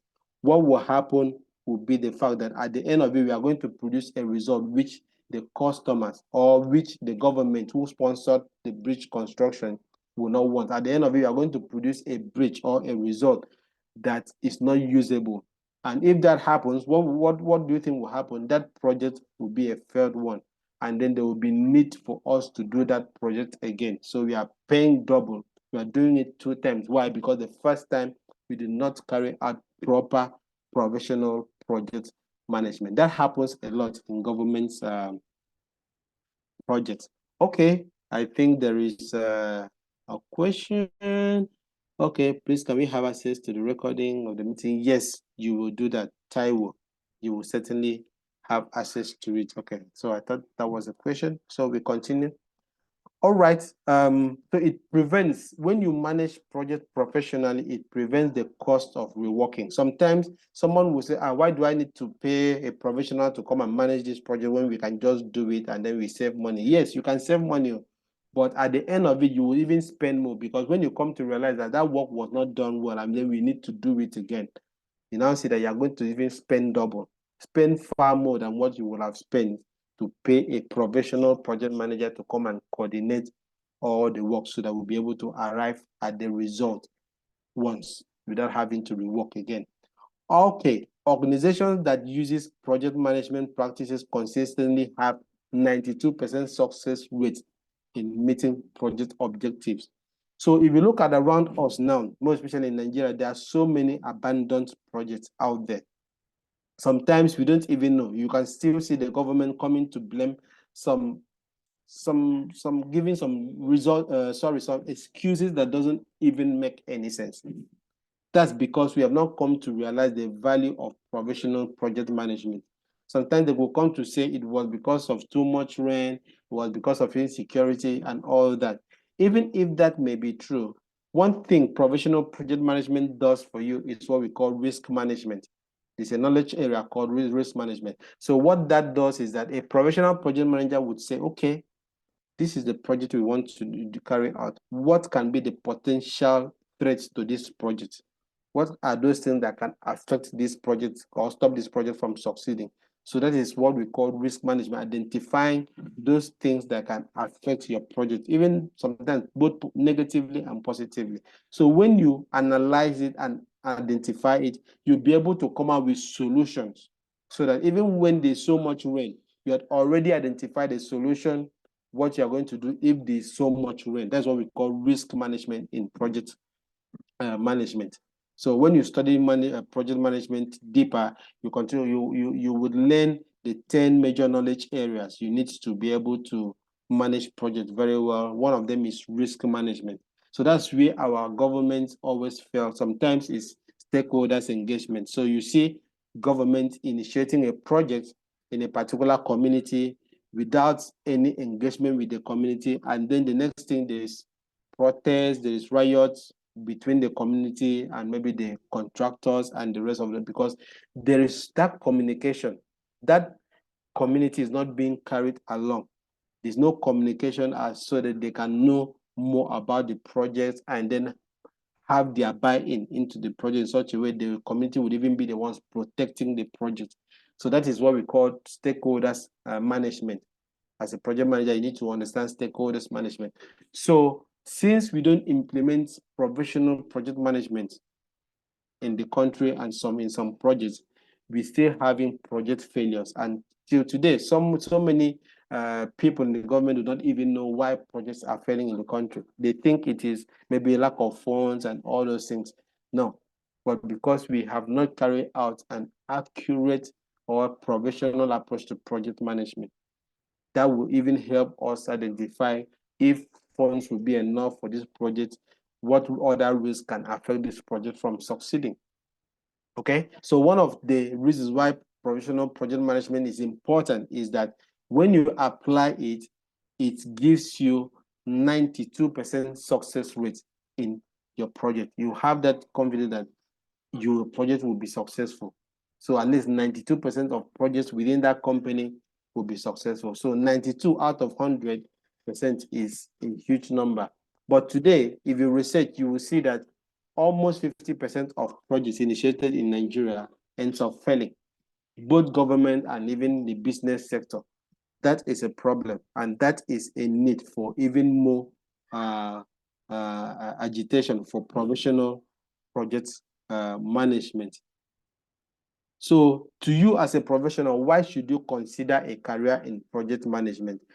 Project management, as I said, is one of the most sought after job opportunities in the corporate world today. So over 25 million project management opening will be there by 2030. There is no other opening in the world that is as much as this. So PMI projects that there will be 25, at least 25 25 million project management openings. I mean, real project management openings by 2030. This does not include maybe other openings that are related to project management or that requires project management skills. But we're talking about project management openings by 2030, over 5 million of them.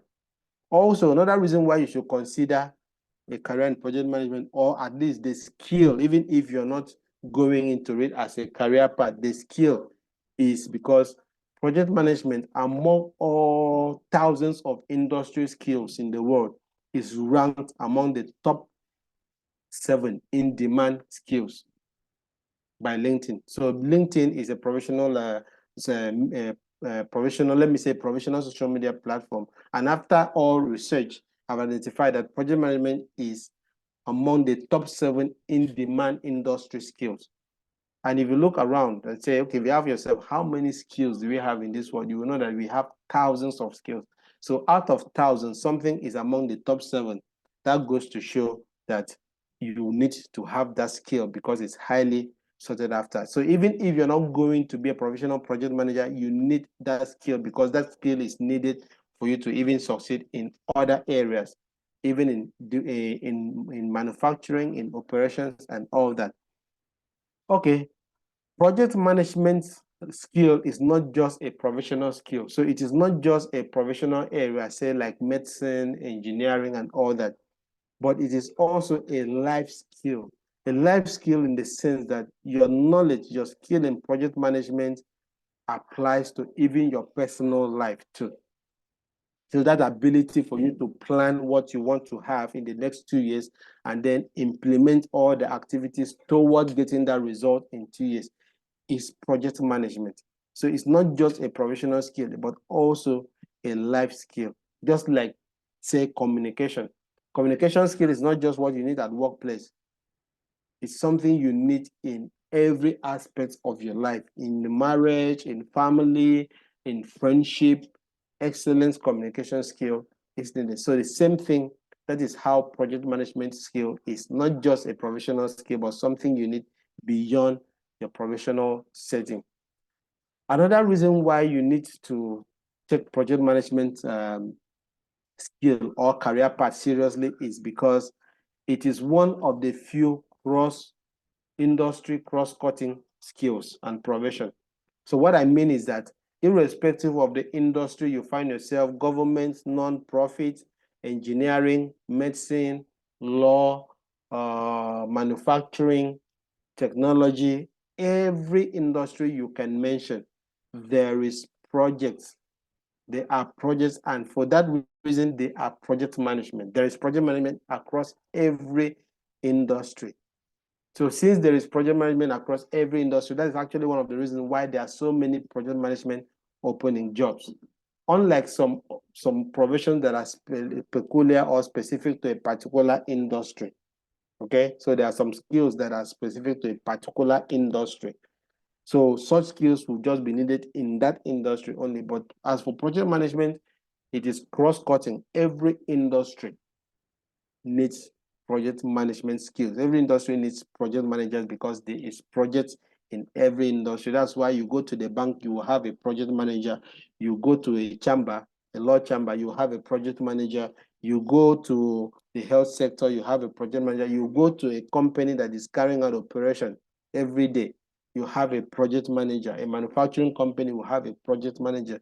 You go to an NGO, they will have a project manager. So there are project management skills across every industry. So almost every corporate, also another reason why you need a project management knowledge, or at least the skill, is that almost every corporate role now requires project management skill. You want to be employed as a CEO or as an MD or as a human resource manager, as just name it. Almost every industry, industrial or corporate roles now, you require a project management skill. So if you read through the job description and also requirements for specific jobs for almost all the corporate jobs out there, you see it clearly written, must be someone with project management skill. If they don't write it straight like that, project management skill, you will see things like ability to plan and implement tasks and deliver results. That is just nothing but project management. The ability for you to plan your tasks, manage those tasks, and then deliver the set result that was needed. That is project management. So almost every role, whether you are being employed as an accountant or the financial manager, the human resource manager, operations manager, general manager like the GM or managing director, the MD, or even a CEO of a company, that skill is needed because in one way or the other, you are going to manage projects. So almost every corporate role requires project management skill. Project management openings or project management job makes up 102 million of 3.4 million jobs in the whole world, and it is projected to increase by 2030. So about 3.4 million jobs are there in the whole world, and project management makes up a whooping 102 million of this. That is a huge number. That's a huge percentage of kinds of billions of jobs in the whole world. One job only, one kind of job makes up 102 million. That is a huge number. So these are some of the reasons why you need to take project management skills very, very important. And how can you start? How can you make an entry into that? I had given you some steps at the beginning on how you can make an entry into it. But the summary of all these steps shows that at the end of it, you'll be able to, you should get the knowledge and then probably gain experience and then probably get certified and you become a professional. So, but very, very important, the most important thing that it starts with gaining the knowledge. Whether you want to gain the knowledge first and after that you gain experience before you get certified. But the fact is that you have to do all that for you to be able to become a professional in that field. And as for those who would want to get certified, go to the point of getting certified, these are the recommended professional trainings and certifications that I will always recommend.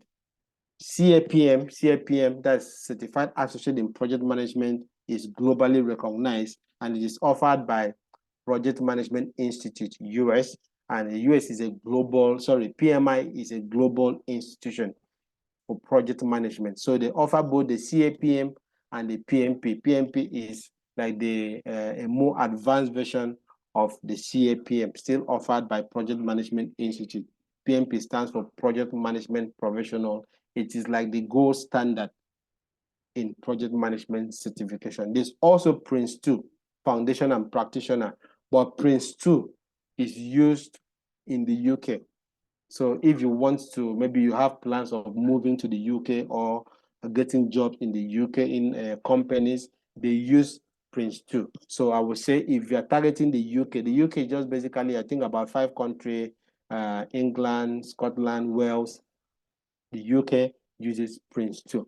But outside the UK, those 5 countries, 4 or 5 countries, the whole world recognizes CAPM and PMP. CAPM is just like the entry level. So for people with little or no experience in project management, but you want to be certified, CAPM will be ideal for you.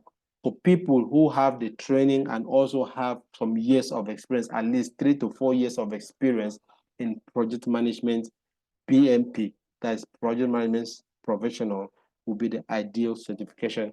And the good news is that Dexnova Consulting offers this training, and they are one of the leading training institution or consulting company that trains and prepare you to get these 3 certifications. And for those who wants to make entry to project management, I will encourage you to take the decision today to enroll in any of these trainings that will lead you to gaining this certification and then making your professional entry into project management. It all begins from the training first. Getting the training provides you with knowledge. And one thing about Dexnova is that if you're coming for the certification training, they don't just train you to pass the exam. They provide you with the knowledge needed for you to even go out there and manage projects very well. The aspect of passing the exams is a bonus because you gain the knowledge and you can apply the knowledge and even get jobs even without maybe sitting for the exams yet. But when you're ready to take the certification exams, it is also an advantage because what you learn will also be what you will need. And their training is in line with the certification exams body. Their contents outline, the certification knowledge, everything is well covered. So I would encourage you, if project management is where you want to, or the path you have chosen, then CAPM, PMP, or Prince 2 Foundation and Practitioner certifications will be the ideal one. And I hope at the end of this, you will choose one. And Mr. Pius will also be here at the end of this session to be able to give you every needed information about each of these certification. And then what's the criteria of choosing which one you need to go? I'd already mentioned, if you are just making an entry completely like a new entry, you don't have any experience in project management, I would say CAPM is the ideal one for you because it is for people with relatively little or no experience, and it is globally recognized. If you have some years of experience, 2-3 years of experience already in project management, maybe you've managed projects or you have been in a project team, from what you've come to understand about what project is or project management is, you can now know that, okay, from this, I used to think it was all about construction and the rest. But from this, from what I've come to know, I have managed projects, then PMP could be ideal for you.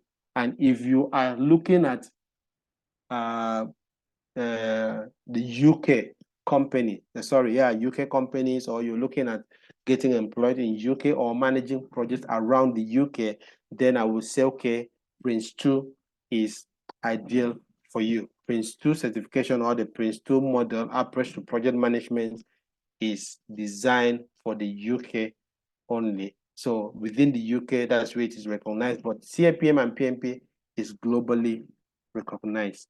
All right, at least questions for this. If you have any question regarding what we've talked about in project management and all that, Ibrahim Bashar, I could see that your hand is up. So if you have any question, can you unmute and then ask, or you can also drop that in the chat button, and then I will read and respond to it.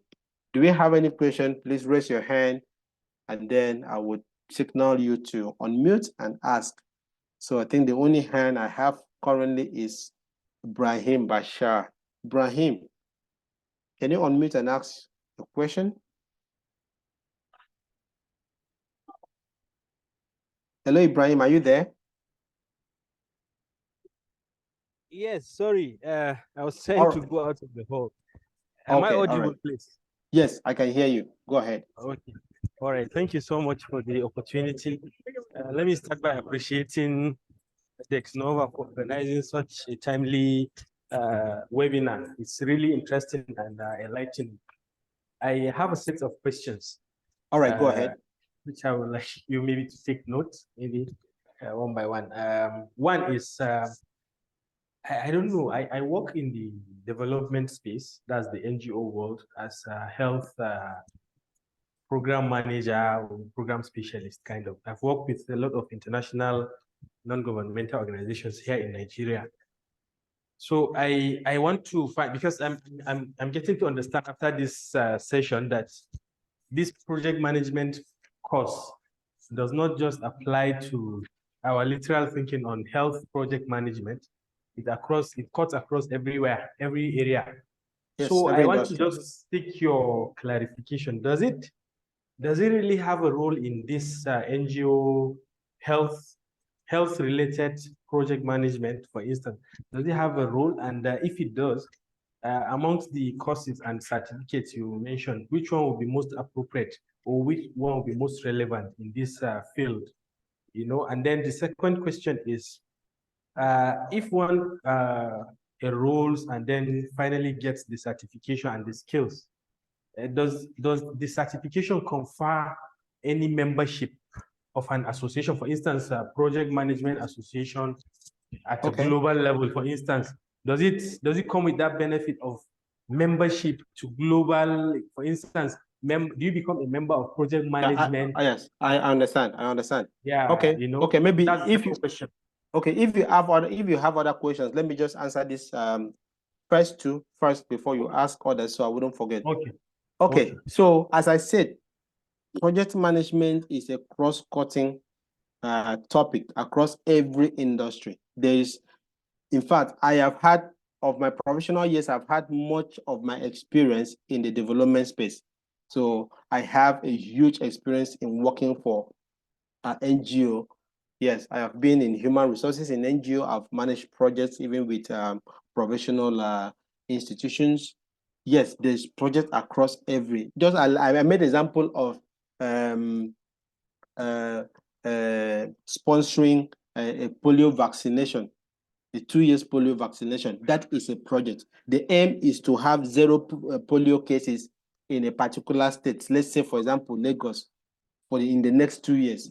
So we are now going to say, okay, we map out which area has more cases. Okay, how many vaccinations that are needed. We carry out research to see how many children have cases of polio, or how many cases are born per year with cases of polio, and whatever. What all the research we could do, we do it. And then based on this, we now see that, okay, we will need 100 million maybe vaccinations. And then since we need 100 million, this will cost this amount. That is talking about cost management. Now, okay, it's going to take this year. We are going to start so months and end in so month. That is the schedule management. And then who are the people that will be involved? Who are the people that can be affected by this project? Who should we reach out to? Maybe schools, that's where we are going to have children. Churches, mosques, that's where we are going to have children. And all of that, that is what we call stakeholders engagement in project management. What are those factors that can affect this polio vaccination? That is risk management. So we now identify those things that would make us not have the needed result that we want. That is risk management. What do we need? What are the resources that we need to hire or buy? Okay, we are going to assess rural areas, so we will need 50 motorcycles. We will need these vans and all those things. We will need storage facilities for us to store this vaccine.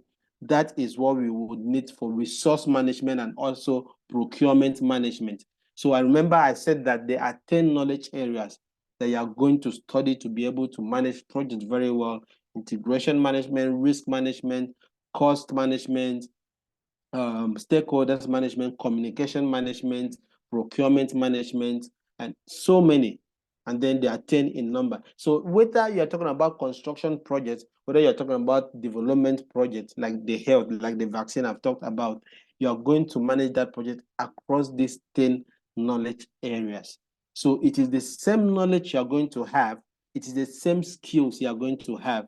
Now, you can now go back and specialize on things that are peculiar to maybe that project, that particular industry. Now, even after the general certification, there are some industries that require some industry-specific certification. For example, if you go to the manufacturing industry, they will use a lot of Six Sigma.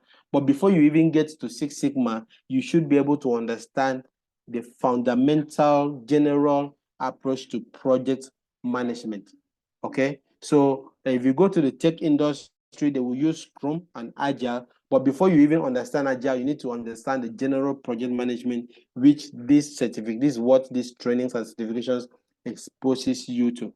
So yes, it is the same knowledge. It is the same knowledge, and it is well needed. In fact, I have managed health-related projects in the development sector. I have been involved in agri-related projects still in the non-for-profit, all sponsored by international organizations, even some embassies. So I've worked with projects that are sponsored by embassies. So it is the same knowledge. It is the same knowledge. It is the same knowledge. It is the same approach, processes to identifying risk. It is the same approach to being able to identify the budget for that project. It is the same knowledge, certainly. This is the same knowledge. Yes, when you go to a specific industry, there are some things you need to streamline and probably adapt maybe to some terms. There could be changes in the terms, but the terms, the terminologies used means the same thing. For example, in the non-profit sector, we use much of monitoring and this I've forgotten. But if I remember, I will tell you. But in the general approach to project management, we say monitoring and controlling.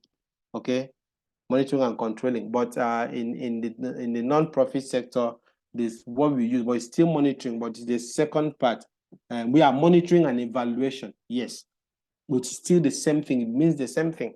So probably it could just be the changes in terminologies and then some processes, but it is the same project management. This thing. Yeah, as per the certifications and membership. Yes, for example, PMI, which is one of the world most renowned project management body or association that offers the CAPM and the PMP certifications. They also have membership. But one unique thing about PMI is that it is not compulsory. You can get certified without necessarily deciding to be a member of the PMI Institute, Project Management Institute, PMI. So you can also get certified and decide to be a member. You can also be a member without even being certified. So you become a member of a professional body. You have access to top professional managers. You have access to materials. You have access to templates. That is one of the best things I enjoy being a PMI member. The templates, you have a repository of templates. You just go there and search for whatever template that you need to be able to use and develop your documents. So you don't need to start developing documents from the scratch again. Since you're a PMI body, you go to the repository and draw out, just search for the templates. And you also have connection with other project managers that have been there. So if you have any challenge on your project, you share it in the group. For example, we have PMI Nigerian chapter too. So we have the global chapter, you have the Nigerian chapter. It's not compulsory that you join because membership sometimes requires money. You have to pay for membership every year. So you can get your certification without deciding to be a member. But there are always gains you can gain from being a member.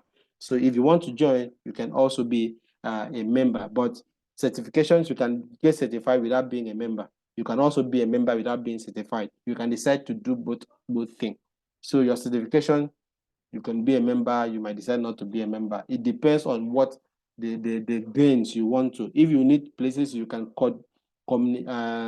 collaborate with people, maybe reach out for assistance on the issues you're having on your project, then you will need to be joined as a member so that you can have access to this template, have access to a lot of materials, have access to free meetings, free trainings, free webinars, and the rest of those things. So Ibrahim, I hope I've been able to answer your first two questions.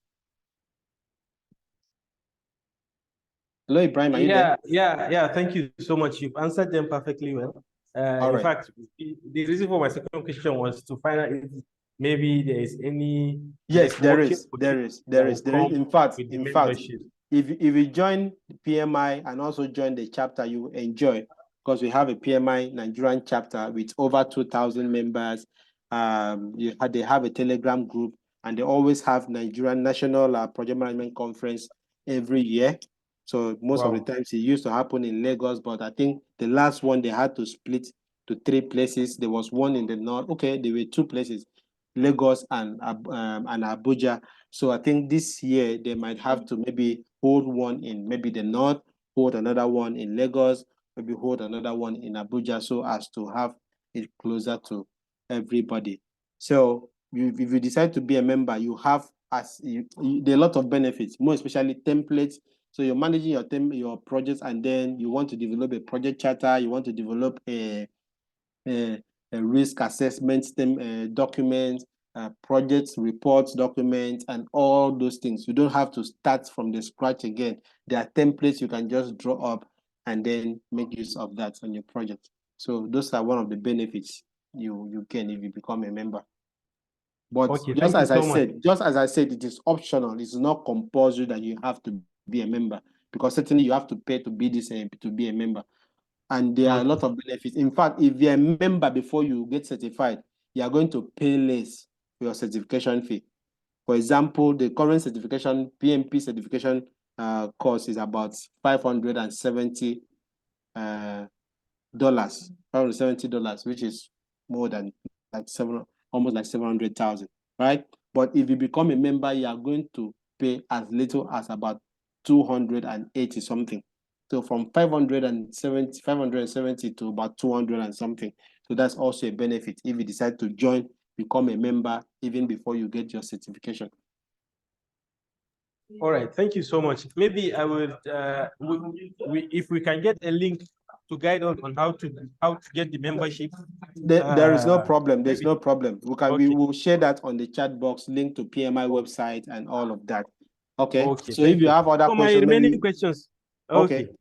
So the next question I have is, how does this operate? For instance, because I've received a lot of adverts from Dexnova regarding this PMI certification and everything. Okay. So, but I don't know, how does it operate? For instance, now if I register and enroll on the program, on the training, so is it that Dexnova will train us towards attaining the skills to pass the exams and get the certification? So that means after registering with Dexnova, we get the skills and everything, get prepared, just like we do IELTS or maybe GRE. And then we now have to come and then still register for the exam itself. Yes, that's how it works. Okay. Yeah. So just to answer it quite fast so that we can move on to other parts of the edition, and also other people also have questions. The training offered by Dexnova is one of the compulsory requirements by PMI for the PMP certification or any of their certification. It's a requirement. So you need to have a training by an authorized training provider, which Dexnova is one of them. So you don't just have the training anyhow or anywhere, but by an authorized training provider, because this will probably train you and prepare you in a direction that the exams will be set. Okay, so it is a compulsory requirement. So after the training, your exams application is separate from Dexnova. It is directly with PMI. But one advantage is that during the training, you will also show you how we are going to go about registering for the exam, applying for the exams, and then paying for the exams, taking the exams. We'll even give you mock questions you can use to prepare and see how the actual exams will look like. So the training with Dexnova is one of the compulsory requirements by PMI for the certification exams. And after the training, you now go and apply for the exams on the PMI website, which is separate from Dexnova. So the training first, and then you're going to know how you go about the exams. But the trainings with Dexnova is separate. Even the payment is separate.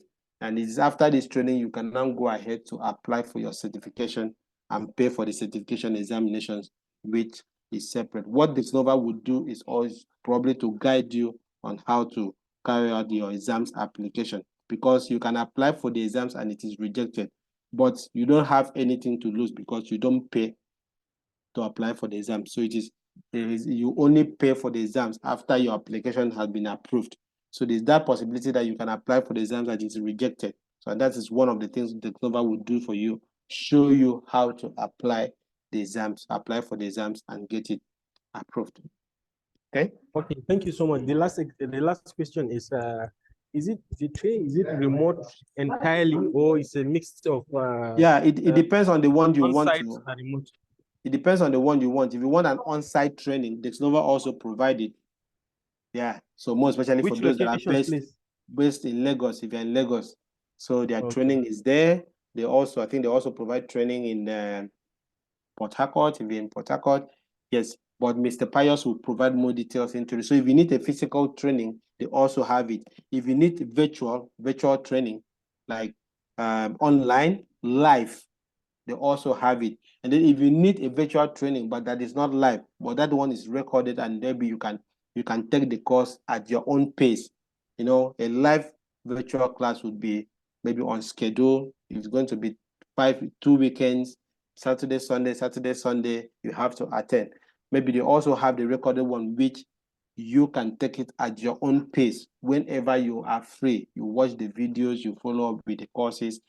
So we have options depending on the one you want to go for. If you want a physical class, an in-person class, you can also get that one. If you want a virtual class, you can also get that one too. Okay, thank you so much. So you answered the question lightly. The next question, because I wanted to ask, what's the duration of the training, and then what's the success rate, for instance, for Dexnova trained It is rare. It is rare that someone fails the exams after training with Dexnova. It is rare. Yeah, but though you also have a part to play on your own after the training, maybe just do your own self-study, take mock exams. But it is rare that after Dexnova, because the advantage you have training with Dexnova is the fact that Dexnova is a registered training provider by PMI, like it is an approved training institution by PMI.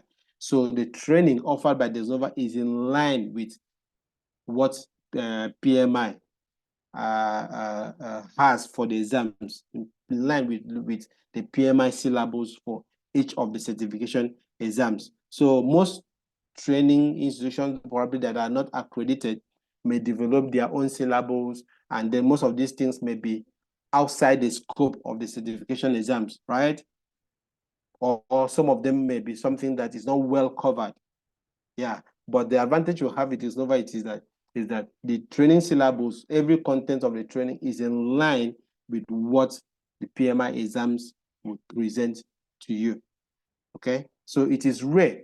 It could happen maybe because the individual did not go back to actually prepare for the exams well. You know, it's just like a teacher teaching you in the class, and then another person after the class teaching goes back to read the material, study again just to be able to memorize, and then maybe apply the knowledge so as to be able to stick to the brain. Another person goes back, close the notebook, and doesn't even read anymore. Both of them may not have the same scores or the same grade or the same performance during the exams. Yeah, but from our experience, it is very, very rare because our content is in line with PMI, and then we also provide you with mock exams that you are going to take and get exposed to how the exam questions will be like. Okay, so the chance of you passing the exams, I would say, is close to 100% if you train with Dexnova. Thank you so much for the responses. All right, you're very much welcome. I think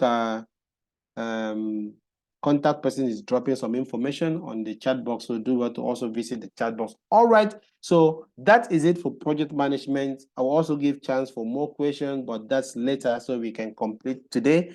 Let's also do something about business analysis. Now, I made mention of the fact that there are problems, and whenever there are problems or opportunities, that there will be people or solution will be identified. And for us to be able to get this solution, there are some complex works. That complex works is projects. And for us to have this complex works well aligned, very well to be able to develop the solution we anticipate or we already plan for, some project management needs to come in for us to be able to carry these complex works and make it coordinated for us to achieve the result.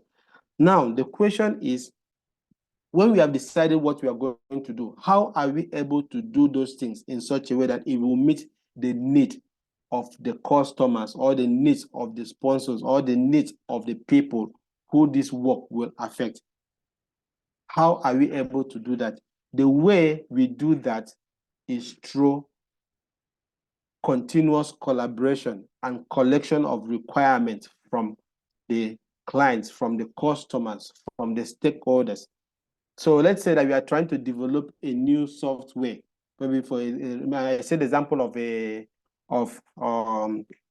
a supermarket wanting to build a website or a mobile app so that customers can order their products from the comfort of their own or of their home, and we deliver it to them. So that's the project, building a new website or a new application for the e-commerce, an e-commerce website. So for us to build if we just sit down at home or sit down within the company and build a website based on what we think we need, what will happen most time is that when we finally launch that website or that mobile application, the customers will begin to use it differently. And then if the customers cannot use it the way they want to use and then are able to order your products, certainly they will abandon it. That's why a lot of e-commerce companies have come to this country and then they're no longer functional. That's why places like Amazon, places like AliExpress continues to grow stronger and stronger because there is something they are doing.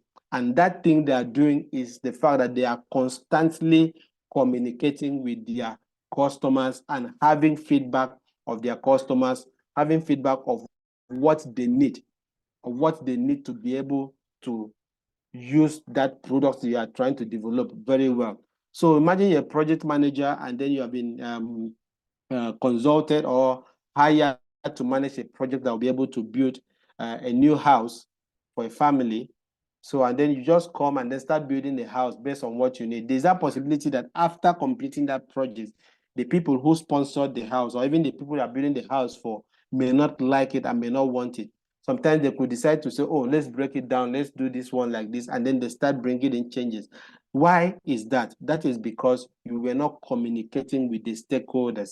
The stakeholders are the sponsor, are the customers, the people that would make use of that product you are trying to develop through that your project. Okay. And what do we mean by this communication? So when I say you communicate with stakeholders, that is basically what we mean by business analysis. So you now see that from time to time, Facebook is asking you to provide feedback on how their application is. The reason they're asking you is so that they'll be able to use that your feedback and continue to improve that Facebook platform for you. If you buy from AliExpress or Amazon or any of the top e-commerce companies, or even our Nigerian-owned companies like Jumia and Konga, you will see that from time to time they're sending you survey for you to provide feedback on how their application is or their product is. This is so that they'll be able to use those feedback and improve that product in the next set of projects. So whenever they want to develop a new version to the app, they will improve it based on your feedback. All these activities of getting feedback from customers so as to use it to be able to develop better products, or to use it to be able to manage and implement the project more successfully, is what we call business analysis. So all the activities of getting feedback, researching the market, using any approach, they could use survey, they could use warranty card, any approach you see companies using to be able to get to communicate with their customers and know their needs for a particular product or for a particular project, is what we call business analysis. Okay, so the approach will ensure that we have the feedback of customers, we have the feedback of stakeholders, and we make sure that whatever product we are developing or whatever thing we are doing in our company, our business is in line with what the customer needs. Because at the end of it, if you provide services or you sell products and the customers do not like your services or your products, or even if they liked it at the start, at some point they do not like the features, they want more features, and then you are not able to provide those features, they will not use your product. You see people beginning to use your competitors' product. So that is why every company, every product in the market are scrambling for your information. They're trying to know what you would like. Twitter is asking you how they can improve their app. Facebook is asking you how they can improve every medium you use. Even the banks, sometimes banks send you some survey for you to provide feedback. Those information they are getting it, they are getting from you, they are analyzing it, they are getting information from others too, from market survey, from every medium they can. They are getting information, they are getting data, and then they are analyzing this information and then using this information to take better business decisions. The whole interaction of all this information, they are getting it, analyzing it, and then taking better business decision is what we call business analysis. So you now see how business analysis goes hand in hand in project management. So you are the project manager, you should be able to get information from the stakeholders, collect requirements, what they want to have as part of the project, how they want the project to go, what the success they need from the project. That ability, those information you are getting from them, the whole activities you are using to get this information from them, analyzing this information, and then using this information for your project success is what we call business analysis. So business analysis is the application of knowledge, skills, tools, and techniques to be able to determine a problem and opportunity, identify business needs, and recommend viable solutions to meet those needs, and support strategic decision-making, working with stakeholders to elicit, gather, analyze, specify, communicate, and manage requirements and other product information, define benefits and approaches for measuring and realizing value, analyzing those results. So remember I said that for us to even maybe carry out a project in the first place, there was a problem. And this problem may have been analyzed and then a particular solution was chosen. I'm very sure that before Dangote group of company choose to embark on the refinery project, there were other areas of investment they may have put their money into, or they could put the money into or invest their money into. But after a lot of analysis, a lot of information, a lot of things carried out, basically saying after business analysis, they have arrived at choosing the refinery over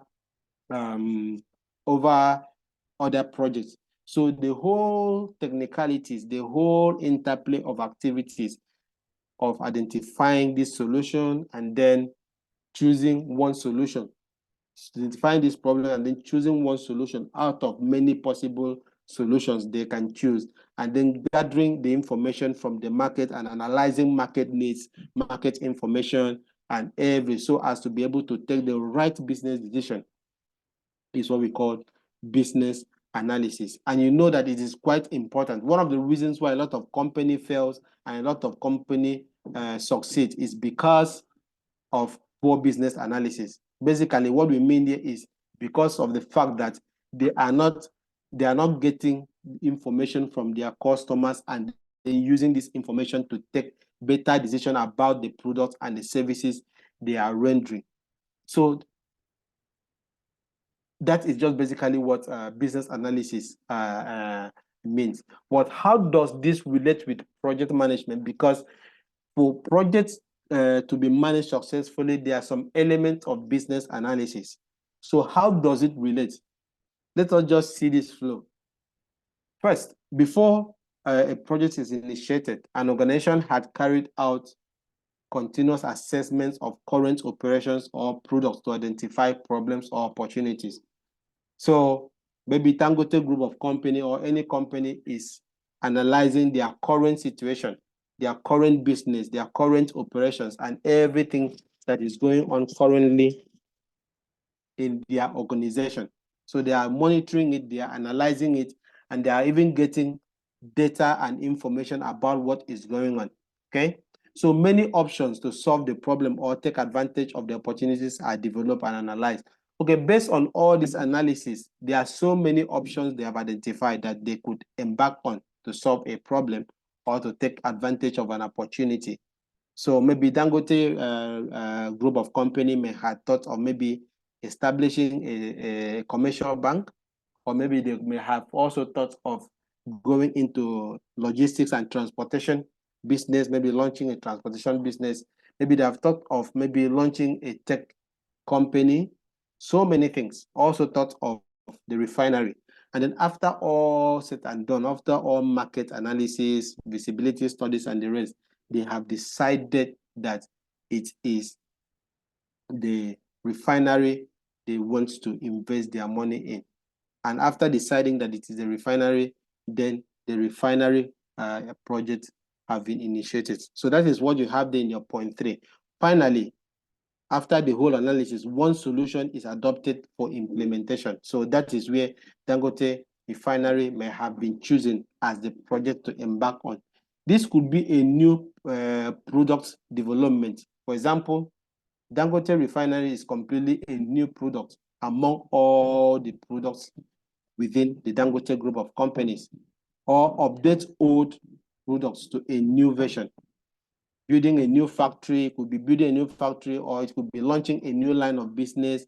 It could be acquiring or merging with another company. There could just be different approaches to solving that problem. But the one thing is that at the end of it, they have to choose one. So to effectively derive the needed result that meets customer expectation, customers are consulted and their requirements are elicited. I'm very sure that Dangote Group of companies may have consulted with different stakeholders, with people that will be supplying the crude, with people that will be buying the end products, and with so many stakeholders. The same thing applicable to any of your business. After taking your decision, you will now communicate with your potential customers to say, okay, this is what we want to launch. This is a new product we want to launch. How do you feel about this product? What are those things that you expect this product to do for you? What should be the features of the products? Most of the times you have that in your emails, like those surveys, asking for questions and the rest of those things. And from this information you provide, the company are taking it and then listing is among the features. For example, the bank want to update their bank app. They could reach out to them. Several times they have reached out to me to say, okay, you're a user of maybe First Bank bank app. Okay, we want to upgrade to a new version. What are the features you want us to have? So this communication with customers will generate all the features they will want to have. And then at the end of it, they will build these products. They will build this product. That is, they carry out that project based on those feedback from customers. And even after they have completed the projects or developed the products, they continue, because business analysis doesn't end. That's why we say that business analysis are always there before a project starts, and they are still there even after the project, because even after the project has been completed, the organization, the business, the companies will still continue to meet with customers, continue to communicate with customers and have feedback from customers. And they continue to analyze this feedback, this information they are getting in the market. Because if you are already in the market and then you just go back and relax, continuing to produce your product, new needs could be there in the market. And if you're not fast enough to identify the new trend in the market, the new needs of the customers in the market, your competitors will be able to do that. And then before you know, they launch a new product which will come to replace your own. So that is, there's need for us to continue, or businesses, or companies to continue to communicate with customers, get feedback from customers about their products. And this will also help them even in future projects. So if Dangote Group of Company today wants to launch a new product or wants to venture into a new line of business, they would use those information they have been getting from customers over the years, even after completing the Dangote refinery, and then use that to be able to decide which aspect of the economy should we invest in, or which project should we embark in, which product should we launch. So all these activities that is being carried out to be able to communicate with customers, get feedback from the market, generate data, analyze them, and use it to take business decisions. Those combining all these things, this is what we call business analysis. And then you can see how it is important. You now see that today we live in a fast-changing world. So there is need for every company. That is why you open your Facebook app, before you know, you see pop-ups, provide feedbacks. For most of us who use mobile applications, smartphones, you agree with me. Maybe if you have ever experienced that, just let me know in the chat section. Just say yes. If you have ever experienced maybe opening an application on your mobile phone, and then you see maybe a rating or a feedback information popping up. Okay, provide feedback, or are you enjoying this app, or how can we improve this app? All those feedbacks popping up on websites, on your mobile applications. That is the company, or that's the owners, or the developers of that particular product trying to get more information from you, so that they'll be able to use it to improve the product, and so that you continue to enjoy using that product. That activity is called business analysis. And as I said, it is before and after the project. Before, in the sense that before we even initiate a project, we have been communicating with customers to get their feedback and to use that to be able to build a better product in our project. While the project is going on, we are still communicating with customers, with stakeholders, to be able to have their feedback on how this project can also satisfy them, or how the product we are trying to build can help them.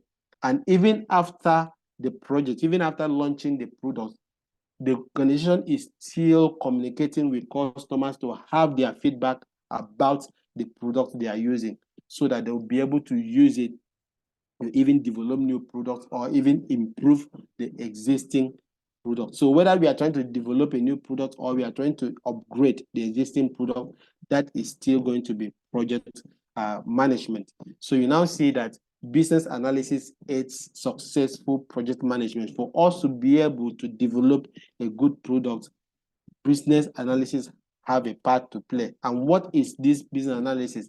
I can just summarize it by saying that it is all the activities, the technicalities, everything we do to be able to get information from the customers, from the industry, from the market, analyzing this information, and then using it to take better business decisions, using it to improve our project, using it to develop better products, using it to know what the customer wants in the project we are carrying out. That is what we mean by business analysis. And then it doesn't just start and end with a project. Even after the project, it is still ongoing. So you now see, as a business analyst, you are communicating with the project manager, the project sponsors, if it's a software project, the software developers, the end users, most especially, very important, the customers, and then every other stakeholders. If government has a part to play or has an influence on the product you are trying to develop, you will communicate with government, you communicate with the people developing the product or building the actual product or carrying out the activities of the project, you communicate with the sponsor. If this project is financed by loan from the bank, you will certainly communicate with the bank, to be able to also have their own needs, their input in the project, because they have interest. You are getting their loans to build that product or to do that project. So they are key stakeholders, because if that project fails, there's that tendency or that possibility that they will lose their money. So they also won't have their interest. So you have to also communicate with them. They provide information on how you can make it successful. So as a business analyst, this is what you do. As a project manager, you can also carry out some business analysis activities, because as a project manager, you can reach out to customers, to clients, and say, okay, this product we are building, what do you think should be the future? What do you think should be the future? What do you think we should have that will be able to satisfy you if you make use of it? All those activities are activities of business analysis. So, but one of the reasons why so many people don't really understand how business analysis work is because sometimes, most of the times, your role is not called business analyst. It's just few that maybe some companies that you will be called business analyst. So sometimes people will say, do I need to study business analysis? After all, on LinkedIn, I see much of project management or project manager role. I hardly see the role called business analyst. The reason is that the role of a business analyst is played in so many corporate roles within an organization. So whether you now see somebody being called a business system analyst, that is business analysis happening there. Some people can be called requirement analysts, or some people are called requirement managers, some people are called product manager, some people are called product owner, some people are called process analysts. All those roles, what they carry out there is business analysis, because it involves getting information from customers or from the public, from stakeholders, analyzing this information, using this information that is being analyzed to take data-driven decisions for the business, for the product, for the project, for the company. So they can exist in so many roles. There's a lot of product owner roles there. There's a lot of product managers there, roles there. All those are business analysts, because as a product manager, you certainly take product decisions based on the feedback of the customers, based on the feedback of the end users of that product. So there are so many avenues which this particular role exists. Yeah, but it depends on the industry, it depends on the company, it depends on the employer that would decide to call it different names. But that role advertised there is the role of a business analyst. So if you did not know today that you don't need to see the term business analyst to know that, okay, that is the role of a business analyst they are looking for. So it could exist in all these I have mentioned, you have there on your screen, and then even in other roles. Okay, so why is this business analysis skill or profession that's important? It is important because it helps determine the problems and opportunities. You now see that even before we embark on our projects to be able to solve that problem, we should be able to even identify that problem in the first place. And the activities of identifying the problem in the first place is what we call business analysis. So business analysis helps identify a problem in the first place. So for example, you have a product that is selling well, and then you begin to get feedback from customers that, oh, this product has this defect, we need to do this. That is a problem being identified. And that feedback from customers and analyzing that feedback to be able to identify that problem is business analysis. So business analysis helps in identifying problems in products or in even our projects or within an organization as a whole. Okay. It helps identify business needs and recommend viable solutions to meet those needs and support strategic decision making. So just as I have explained, the need of the customers will determine what we need to do in our business to improve the product, because our business exists for the customers. Take out the customers who are buying our product or our services, our businesses does not exist. We are just there doing nothing. So business analysis is one of the things that helps us identify business needs. It could be from the feedback we have generated through our survey, online survey, or the card we give to our customers to feel about our products. We identify the need of the customers, and all what businesses does for you to succeed in the business is for you to just give the needs of the customers. If the customer have a need, you provide the needs and they pay for the need, and we make money for our businesses. So through business analysis is where we identify the need of the customers and provide businesses to provide these needs and then have customer pay. Business analysis also helps us elicit, analyze, specify, communicate, and manage requirements. When I say requirements here, it's just basically the needs of customers, what the stakeholders or the customers need in your products or in your project. So business analysis gives us that opportunity, that skill, that approach, that methodology to be able to elicit this requirement. Elicitation there means for us to communicate with customers, and from this communication, we are able to derive what they want from our projects, or what they want from our products, or what they want from our services. And once we get this, don't forget, it's not just one customer, there are many thousands. So we need to analyze all this data we have gathered from the customer, and from this analysis, we are able to specify the needs and then take accurate business-driven, data-driven business decision. Business analysis also helps us to identify or to define benefits and approaches for measuring and realizing value and analyzing those results. So through business analysis, we are able to identify what benefits we are going to gain from a particular investment or a particular project we decide to take, we undertake. For example, the Dangote group of companies that decided to undertake the refinery products had clearly defined the benefits the company will gain from that particular investment, from that particular project.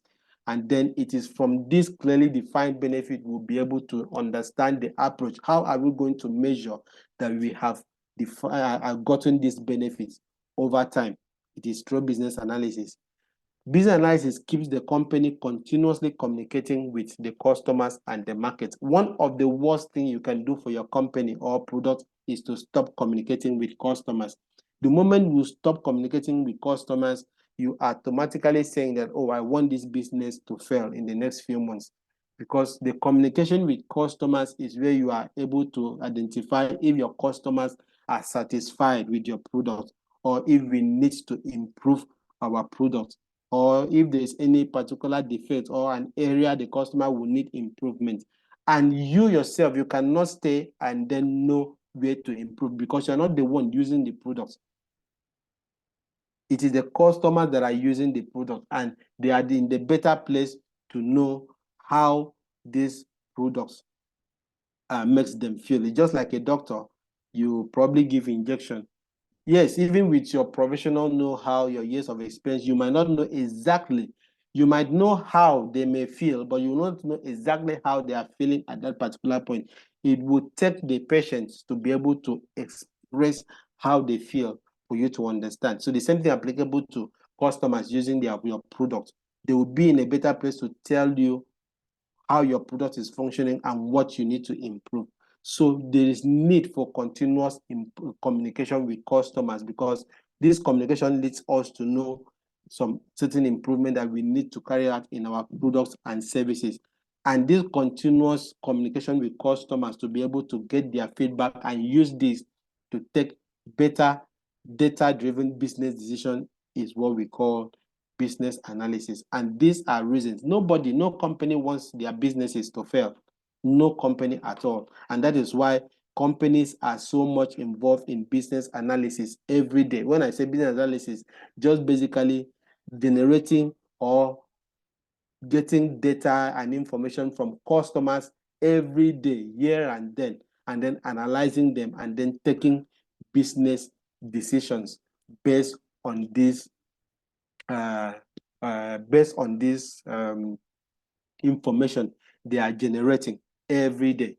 And for business analysis, if you're somebody that wants to specialize or learn and specialize in business analysis, because even as a project manager, you will need it. In fact, let me shock you. For those that will want to go for the CAPM certification, there is also business analysis. About 30% of the exams will cover business analysis. That is to show that as a project manager, you need to understand how to communicate with customers and get feedback requirements from the customers or from the stakeholders in your project, and then use those feedbacks to be able to take project decisions and build the product that will satisfy the needs of those stakeholders. So even as a project manager, you need business analysis knowledge. So even if you don't want to specialize as a professional business analyst, you can also, but you want to specialize in project management, there's no problem. You still need the knowledge. So you can go for the training without necessarily maybe being certified,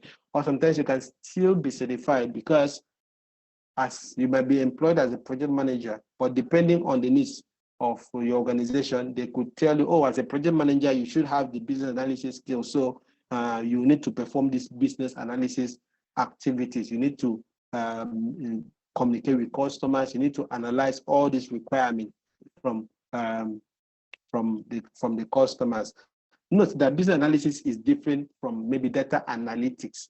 Yes, sometimes that's where a lot of people get confused. Business analysis is more concerned with gathering the information from the customers, from the clients, from the stakeholders, and then bringing it, studying this information we have gathered, and then this is where you can even work now with the data analyst guys, because there are some information that requires some number analysis. So we carry out data analytics, and then the results of this analytics are brought, and then you combine the information, the results from the analysis and all of that to take business decisions.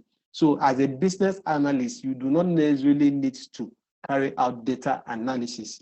Okay, so that you don't fear that, oh, you will not be able to run Python programs or SQL and all those data analysis techniques and methodologies. No, you don't have to be. But business analysis is more of the ability to get those information from the customers, and then using those information to take right project or business decision. Though some of this information may require some data analysis, that is why the data analysis guys are there to do it. You might not necessarily need to do it, but in summary, it is that ability for you to get the right information from the customers. And then when I say customers, I also mean stakeholders if you're managing a project, and then using this information to take better decisions. Because one of the things you can do, one of the worst things you can do in your project is to go in and then manage your projects, carry out the product development based on what you think should be there in the project. No, it should be based on what the clients, the customers, the stakeholders want. Because at the end of it, they will be the one to make use of the product you are going to produce from your project. So if the product does not meet what they want, then it is failed. Even if you thought that you have developed the base, just like I use example of the website we built, one of my first major projects involvement. We thought that, oh, we knew it better, we just built it. And after launch, the people that were to use the website were always coming in with complaints. They sent a lot of email that this thing does not function the way we want it. And at the end of it, we discovered that it was failed. Why? Because we did not use the right methodology. We didn't use agile approach to be able to get feedback from customers. We just built it based on what we thought we should build. So that is where business analysis is very important. And one of the standout certification for business analysis is the CBAP, which we are going to come across at the end. So I know someone may have the question, what certification, what training should I embark on or should I take to become a professional business analyst? That I would provide an answer at the end of this. But Do we have any question about business analysis, or I should proceed into agile, because agile also relates with even business analysis to us to show that even customer collaboration and getting information from customers are not just a one-time thing. We need to do it continuously, as long as the project lasts, as long as the product development lasts, as long as even the product itself continues to be in the market, even after being developed through project. So should I continue, and then we'll ask every business analysis and agile question at the end, because they interrelate with each other? Or do we have any question, or maybe question from project management, those who were not able to ask questions? Any question, please raise your hand, or you can use the chat box. Let me just know. Oh, okay, Ibrahim, go ahead. Thank you. Thank you so much once again for the opportunity. Please, based on your presentation on business analysis or business, so is it that Dexnova also runs a program on business management? Yes, we also run trainings on business analysis. Okay. And also certification trainings too. Okay, so my question is, because I am actually interested in a lot of setting up of business, but really why I'm having difficulty is I don't know if the program will help me address it. So that's why, so that I can make my decision. In terms of enrollment, maybe searching for staff, enrollment, management, does the program also cover building people's skills on that? Yeah. When I say business analysis, it's just business analysis is an aspect of the general business management. Okay, so business analysis skills is very important. Just like I said, for your business tools, you can employ the best staff, right? You can do everything right, but just making the mistake of not getting feedback from customers about the product and services you are rendering can be the reason why your business will fail. And what business analysis entails is continuous collaboration with customers to get feedback from them, and then using this feedback from customers to take right business decision. Okay, so sometimes we just feel that, oh, this is what we need to do in my business. Are those decisions driven by the data and the information you have gathered from the customers? Because at the end of it, one of the things we don't understand about our businesses is that we are there, that our business there is there to provide products and services to the customers. And if the customers do not patronize our products and services, our business is failing. We're not going to make money. We're not going to succeed.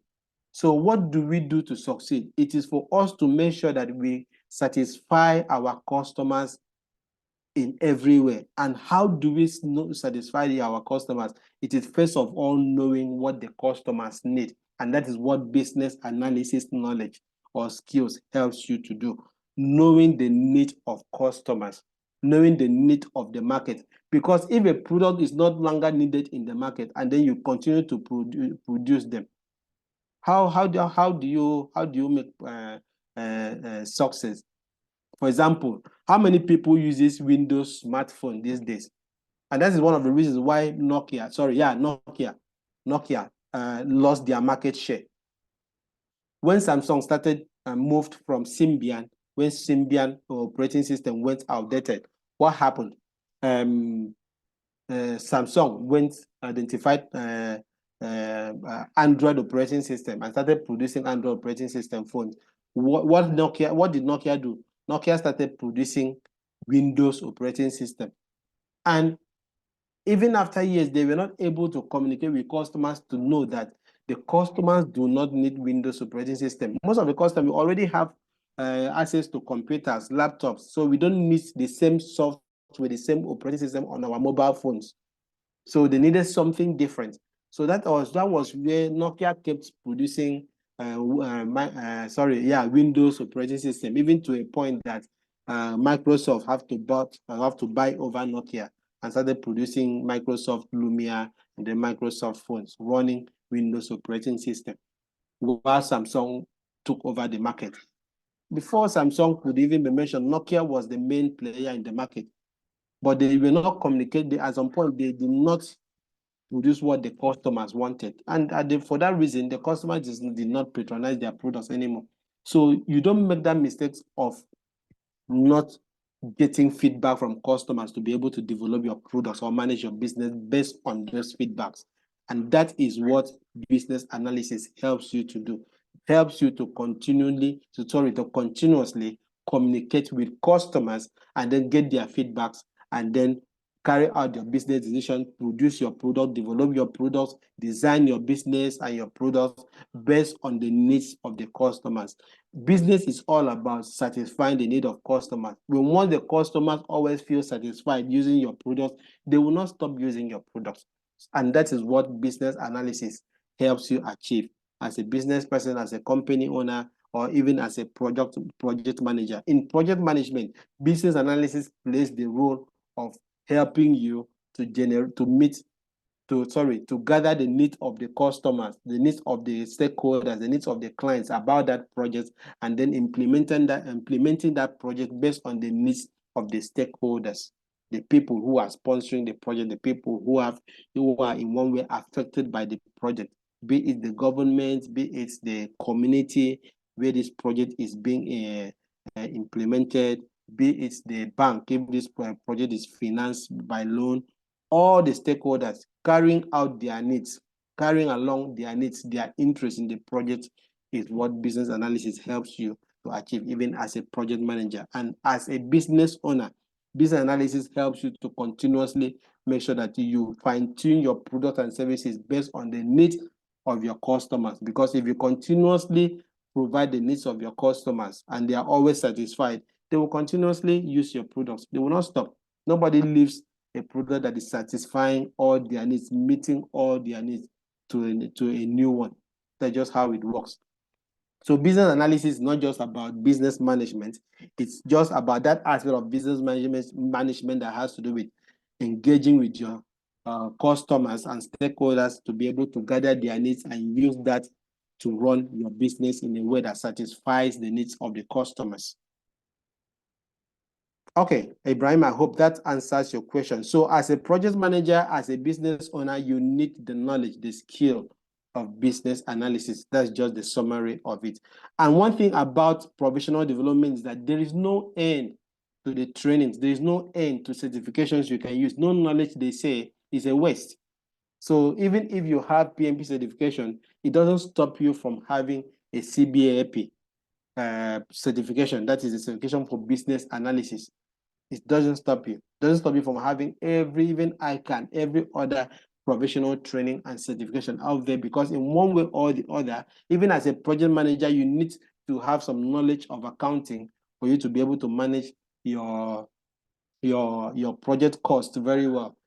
You need to have the knowledge of business analysis for you to be able to gather the needs of your clients for that particular project. So there's no end to this. Remember, I said that one successful career or profession is complemented by several other skills that makes that successful.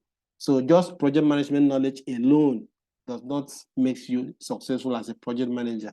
Just learning maybe accounting alone doesn't make you successful as an accountant or as a business owner.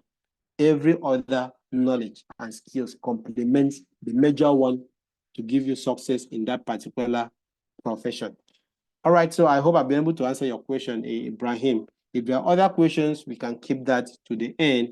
So just quickly, we just go through the agile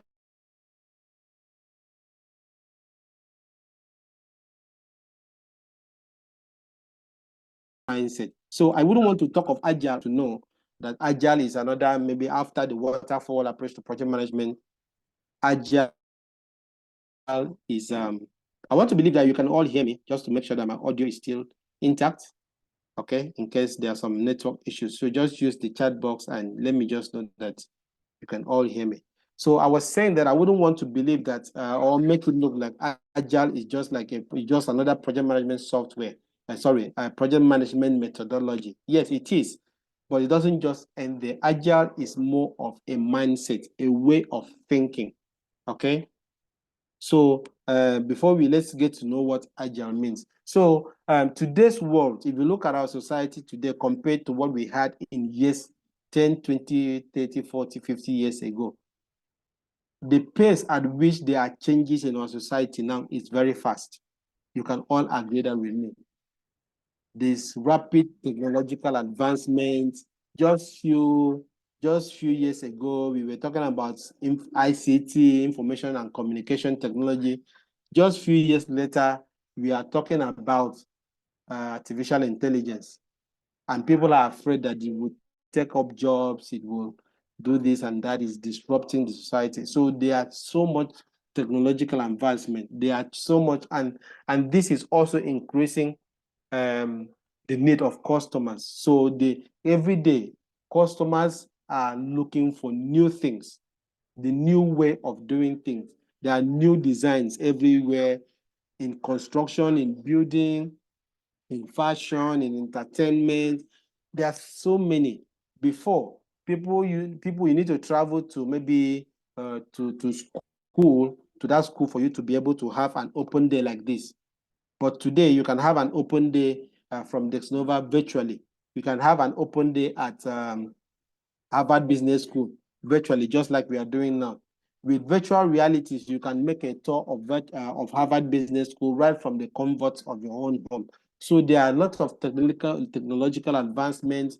There are a lot of changes, even economic fluctuation, just like we have in Nigeria today. Dollar is appreciating against the naira, and currently we have the naira appreciating every day against the dollar. And then there are new problems everywhere. So all these things are also leading to competitions in the market. So different competition, your competition, if you have a business, your competitors are developing new ways of gaining the attention of the customers. All these things are leading to changes in the market, and they are leading to disruptions in the market. And if you sit down as a business or as a professional and just sit down there, certainly you're going to lose customers. You're going to lose clients, or your project is going to go wrong. Or at the end of it, you're going to develop a product which, at the end of it, people do not want. Just like Nokia did, and then Nokia is no longer a big player in the market. I'm sorry if probably you're working in Nokia, but in the tech industry, I always see them as one of the people who have been affected by a change in customer demands, change in customer needs, which they were not able to actually comprehend and then make those changes. Okay, and then make those changes alongside. So they have to, as a business, you need to have their ability to make changes, and then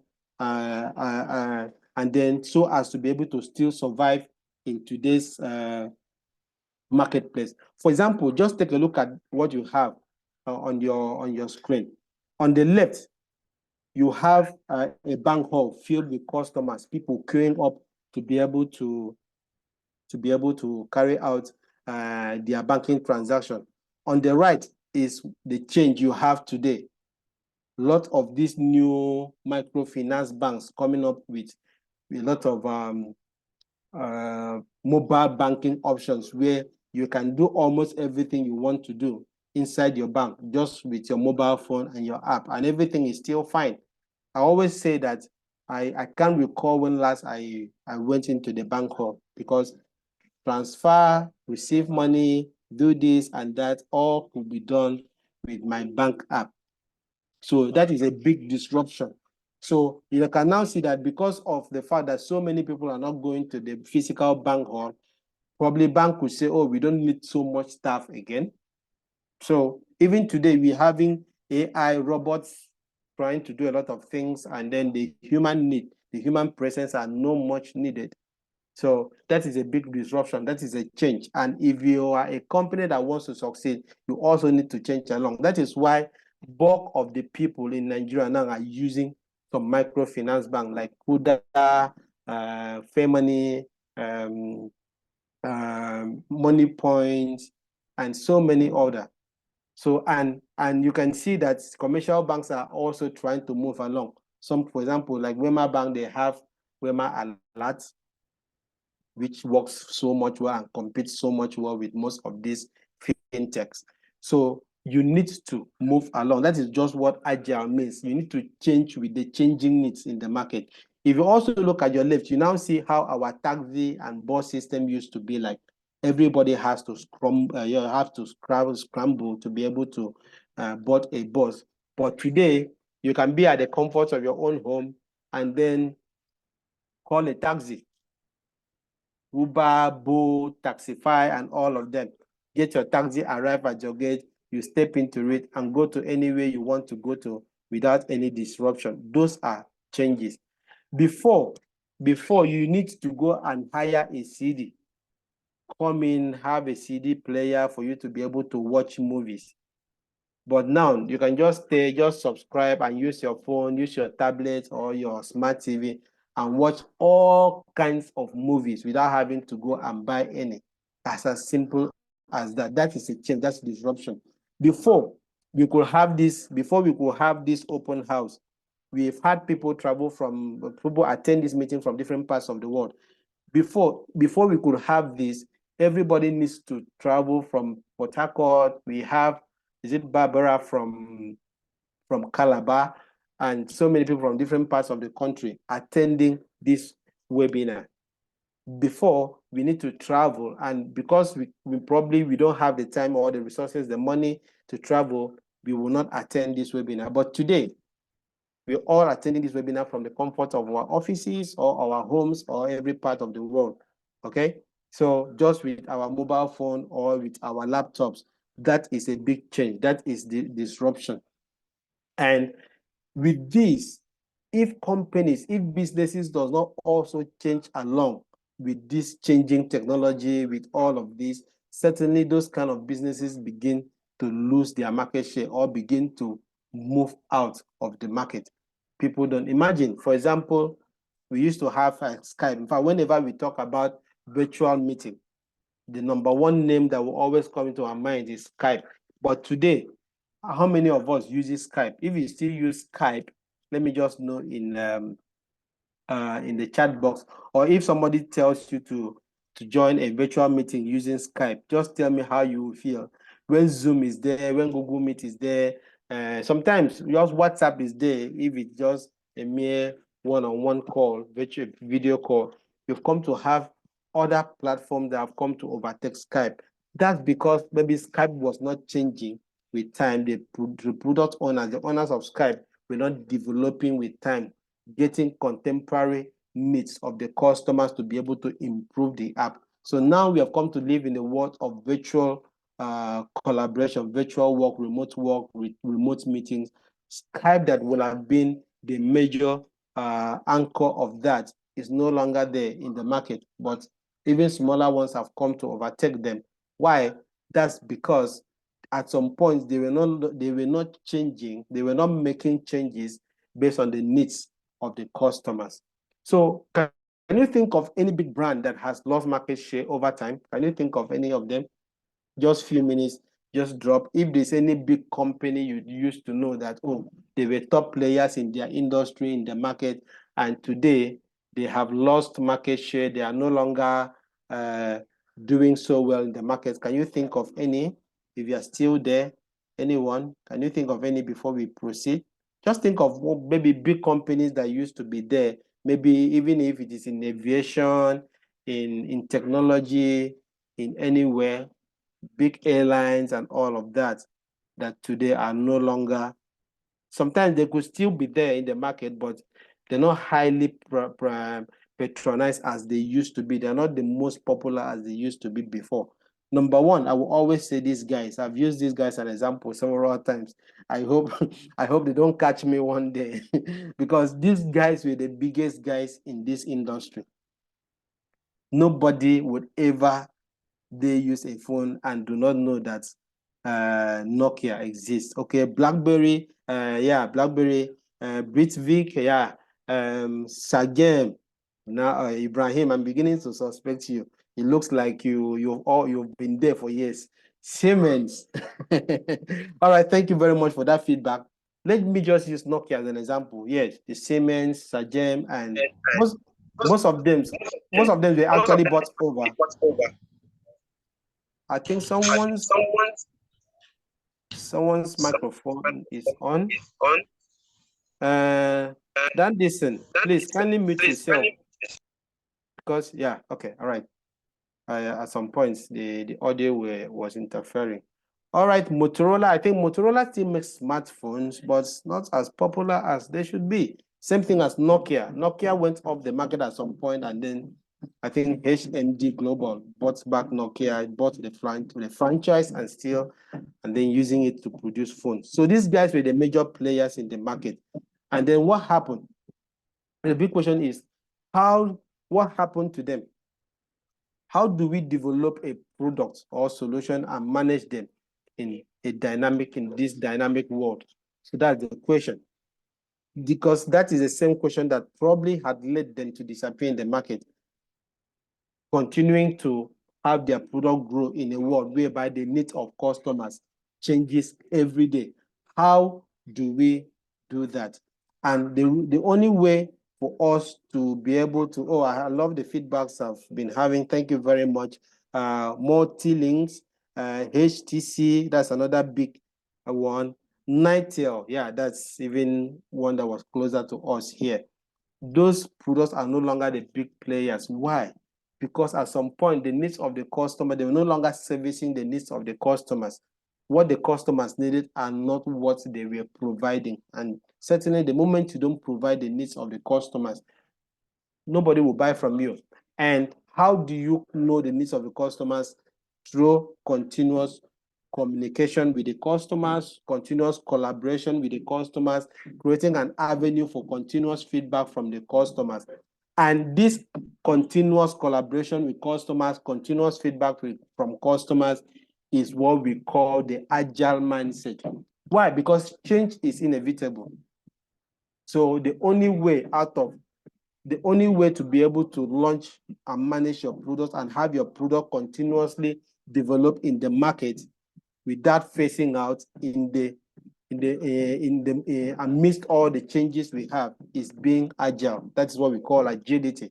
The only solution is being agile. When we say being agile, what do we mean? What we mean is continuously communicating and having the feedback of customers about your product. Being flexible. Flexible there means changing along with time. That's what the agile mindset entails. Another meaning of agility or being agile is continuous improvement. So once you launch your product, it doesn't just stay there. You continuously improve that product. And how do you improve the product? It is based on the needs of the customers. So you launch a product like a bank app or a mobile app. That's why you see whenever you use an app, from time to time, you go to your Play Store or your App Store, you come to realize that there's a new update. That new update means they have developed new features into that app. So you need to update it to be able to have that new additions, new benefits, new features. So for our products to stay in the market, you need to continuously improve. Can you mention one product that have been in the market and the way it has always been is the way it is still today? I'm very sure you would say no. Because if there is such, nobody will use that because the world has changed. The needs have changed. So you need to also change along. You need to improve along. So continuous improvement is one of the things that makes you agile. And for you to stay in the market, you have to be agile. So when I say agile, it means being flexible. That is changing along with time, improving. Even in our personal life, we need to also be agile. There are some jobs which are no longer very much needed today. And if you're in such a job, you need to be agile, but knowing that, okay, the world have moved the technology way. So I need to also improve my skills. I need to also improve my skills. I need to take new knowledge, new trainings, new certificates.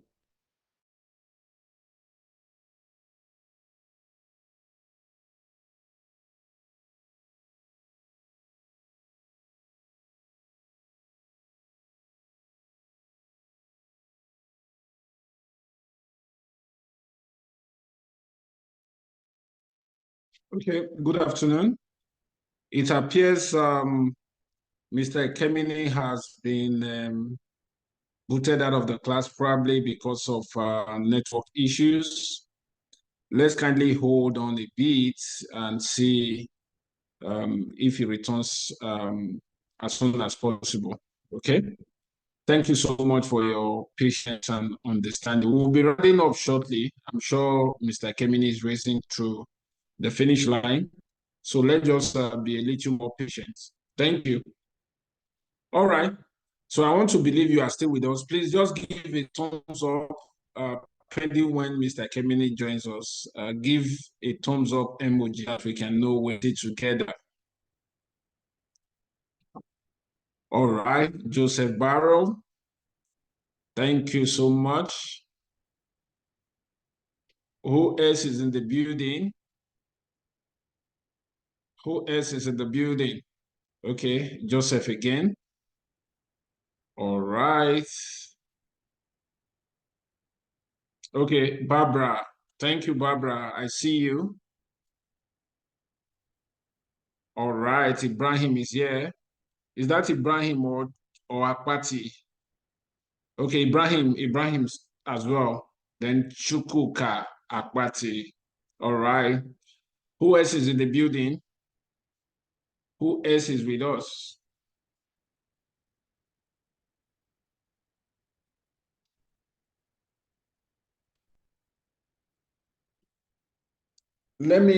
While we wait for those who are still with us actively, let me check on Mr. Kemini to know how soon he is able to return. Thank you so much.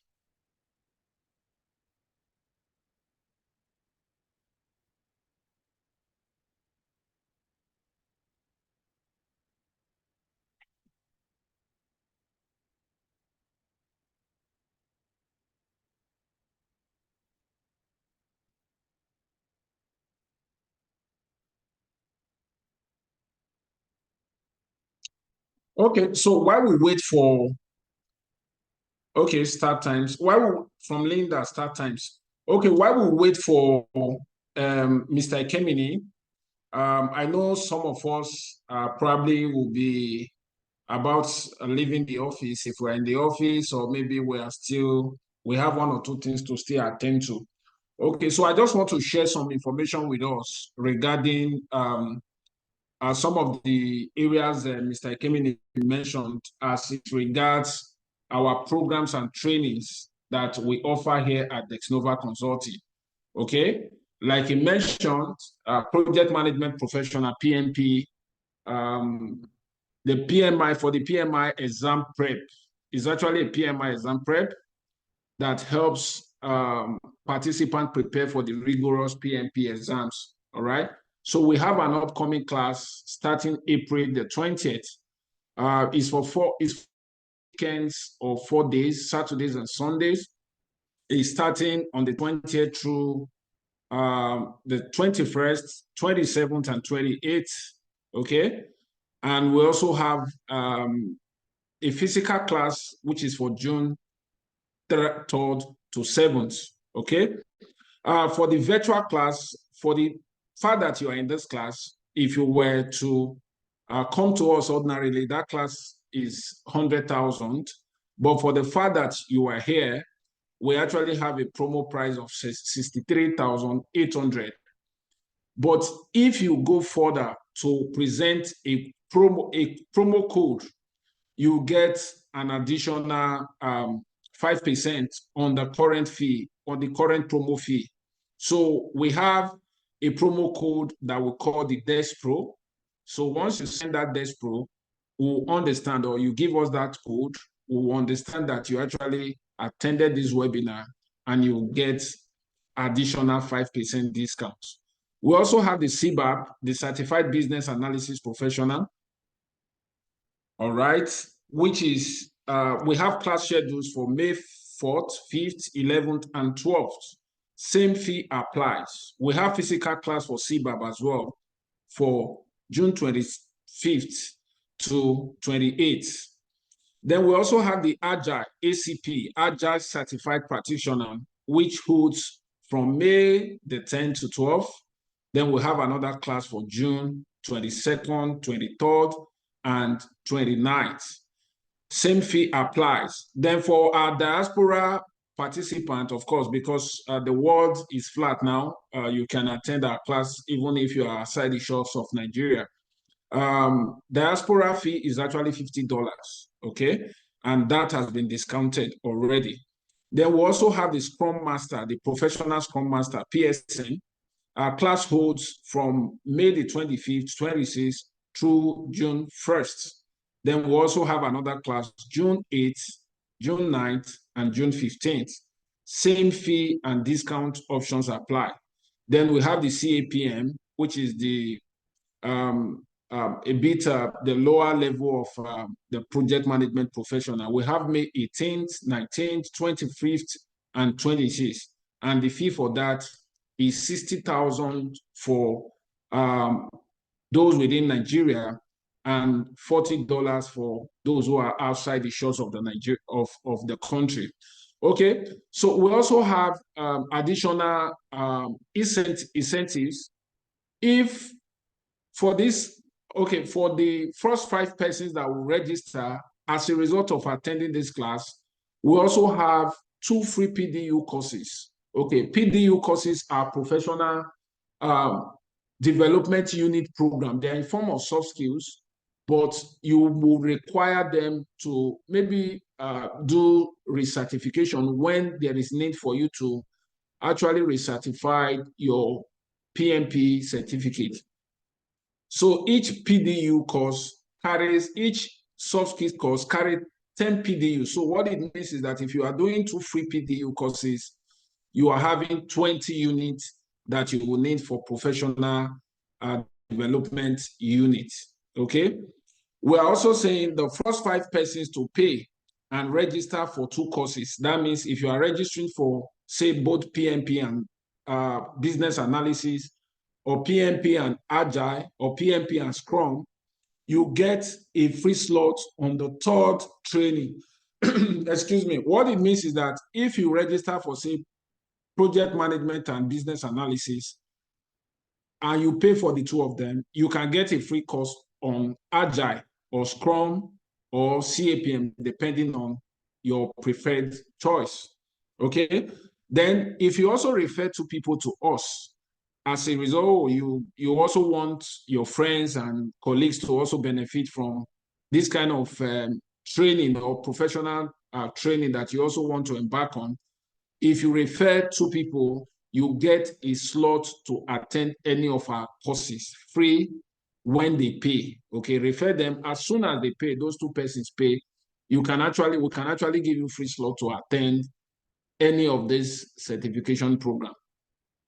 Then lastly, if you register and pay on or before the 20th of this month, which is on Saturday, you get additional 5% discount on the already promo fee. That's what I mentioned at the beginning of this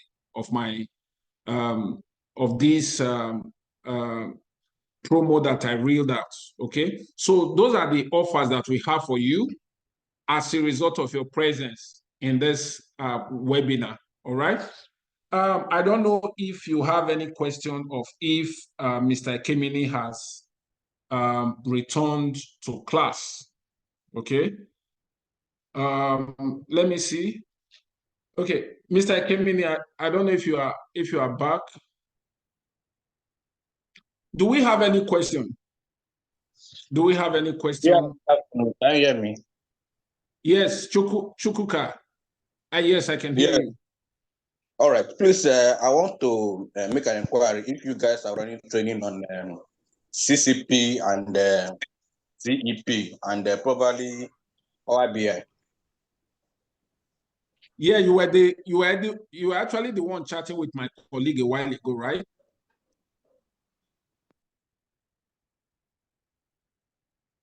Hello, Chukuka. Yes. I want to confirm if you were the same person chatting with my colleague. Yes, the one. Oh, okay, so we do. All right, we do. CCP is not under PMI. Is actually under the AACE, all right? Yeah. Okay. Yeah, so it's under the AACE. CCP is a certified cost professional, and the CEP is the certified estimating professionals. Yes, we do. So we might have to, since that one is a bit on outside the coverage of this webinar, we might have to have a personal discussion on that. Okay. Okay. So we All right, no already problem. we already have your details, so we don't eat into other people's time. We'll take the discussion further via WhatsApp. All right. All right. No problem. Thank you. Thank you very much, Chukuka. All right. Any other person, any other question, clarification before I hand over to Mr. Jacob to round off? Any other person? Barbara, Joseph, Linda, Uzo, any other question? Okay. So, no question. Okay, no questions. Okay, no question. I Okay, just need the slide. Thank you. If you can send it. Just the the slide. breakdown of payments. This payment you broke down now, the 63. If you can send it, I would understand it better. Okay, if we can send you to you individually, right? Yes, I don't mind.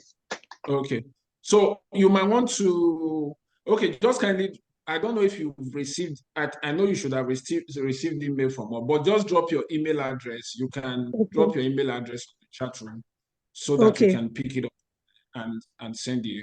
Any other person can also send, if you need such information, please drop your email on the chat room so that we can pick it up from there. Thank you so much.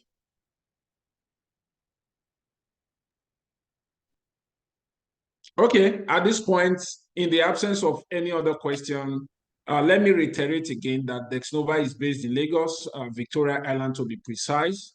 And we also have office in Port Harcourt, and we also have training presence in a different location, depending on the urgency and requirements of our clients. And so we are here for you, be it project management, business analysis, and any other certification program for that matter. You can always call on us. All right. So at this point, let me just hand over to Mr. Ekemini to round off his thoughts. You are welcome back, Mr. Ekemini. All right, Mr. Pius, can you hear me? Yes, loud and clear now. Loud. All right, I'm very, very sorry. I heard I had a, would I call it an internet shutdown? Yeah. I don't know what happened. I just lost my whole internet. It's a common downside to technology.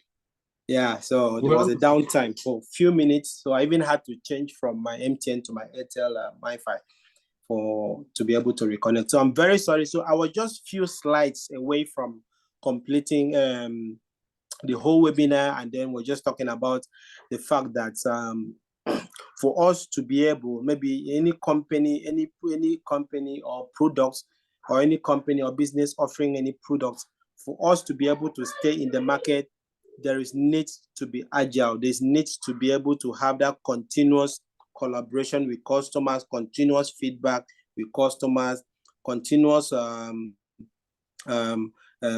trying to satisfy the needs of customers, value-based production, that is producing those, focusing on delivering values to customers. And the agile approach, but specifically talking about project management, the agile approach to project management actually came into existence because the old approach we call waterfall, for those who are going to embark on project management will understand this deeper, the waterfall approach to project management and then the agile approach.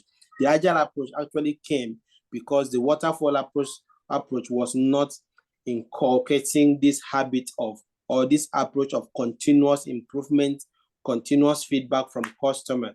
So the waterfall approach basically just gets all the feedback from customers at once and then use that to plan and deliver the project according to the plan. But what happens when there are changes later on the project? How do you incorporate those changes? That is why agile comes in, to be able to give room for continuous improvement continuous adaptation to change and changing needs within the society. And one agile framework that stands out so much well. One agile framework that stands out so much well is what we call Scrum. Scrum, for maybe if you're on Twitter, you see a lot of application or a lot of job opportunities for Scrum Masters, Scrum Masters, Scrum Masters. That is one agile framework for project management or product development that stands out, and it is used widely. In fact, over 80% of the time, people using agile, they will certainly be using Scrum. And if most especially, and it is used much in the technology industry. So if you are eyeing, just to summarize, if you are eyeing the development industry,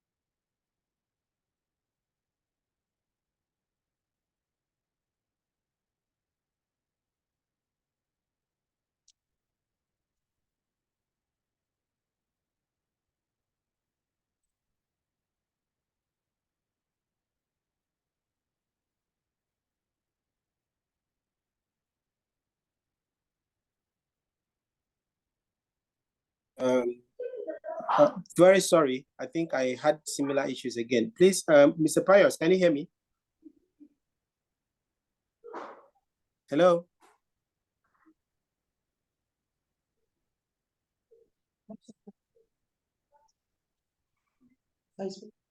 Okay, Mr. Kevin. Yes, can you hear me? Sorry, I moved away from my system a bit. Okay. Okay, but you can hear me, right? Yes, I can hear you loud and clear. Okay, so I was saying, if you want to go into project management, and then you're already, or you want to launch into project management, or you are already in project management, but you want to launch into the tech industry, that is targeting managing projects in the tech industry, I will always recommend a Scrum, the Scrum framework as one framework you need to specialize in.